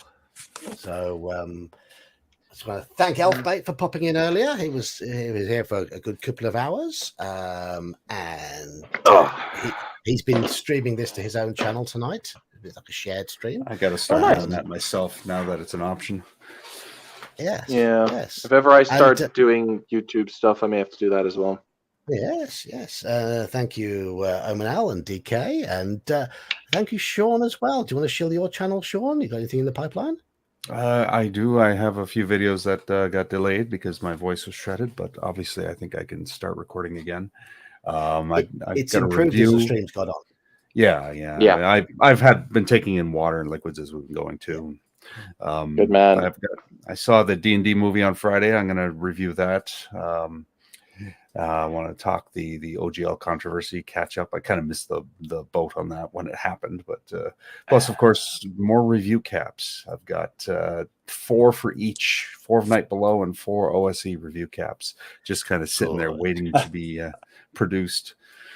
Okay, but we have to ask, just to short circuit it, is it a thumbs up or a thumbs down for the D&D? Thumbs down. Yeah, I was about to say. Just as a quick, what is your rating out of 10? Just Marginal thumbs up. I give it kind of a 6. It's light fun, but it's kind of got some writing issues. I do like the characters, and I was surprised by how much I like the relationship between Michelle Rodriguez and Chris Pine's character. That was actually kind of interesting. But there's a lot of tropes, like a lot of the D&D references are just nods. They're superficial. They're meaningless. Yeah, like the one they do in the trailer with the intellect devourer, where it will consume all the intelligence of all smart people, and it just walks by. And walks by. And well, that's just rude. Yeah, it was a gag. It's a fun movie. It's not. Okay. It's not the 2000 movie. Is not a complete shit show, but it's certainly not great. I'll go into more detail when I'm still sort of writing up how I'm laying out my thoughts. But that's all I wanted was a thumbs up, thumbs down. You went into marginal thumbs up. It's fun, so it's got that. And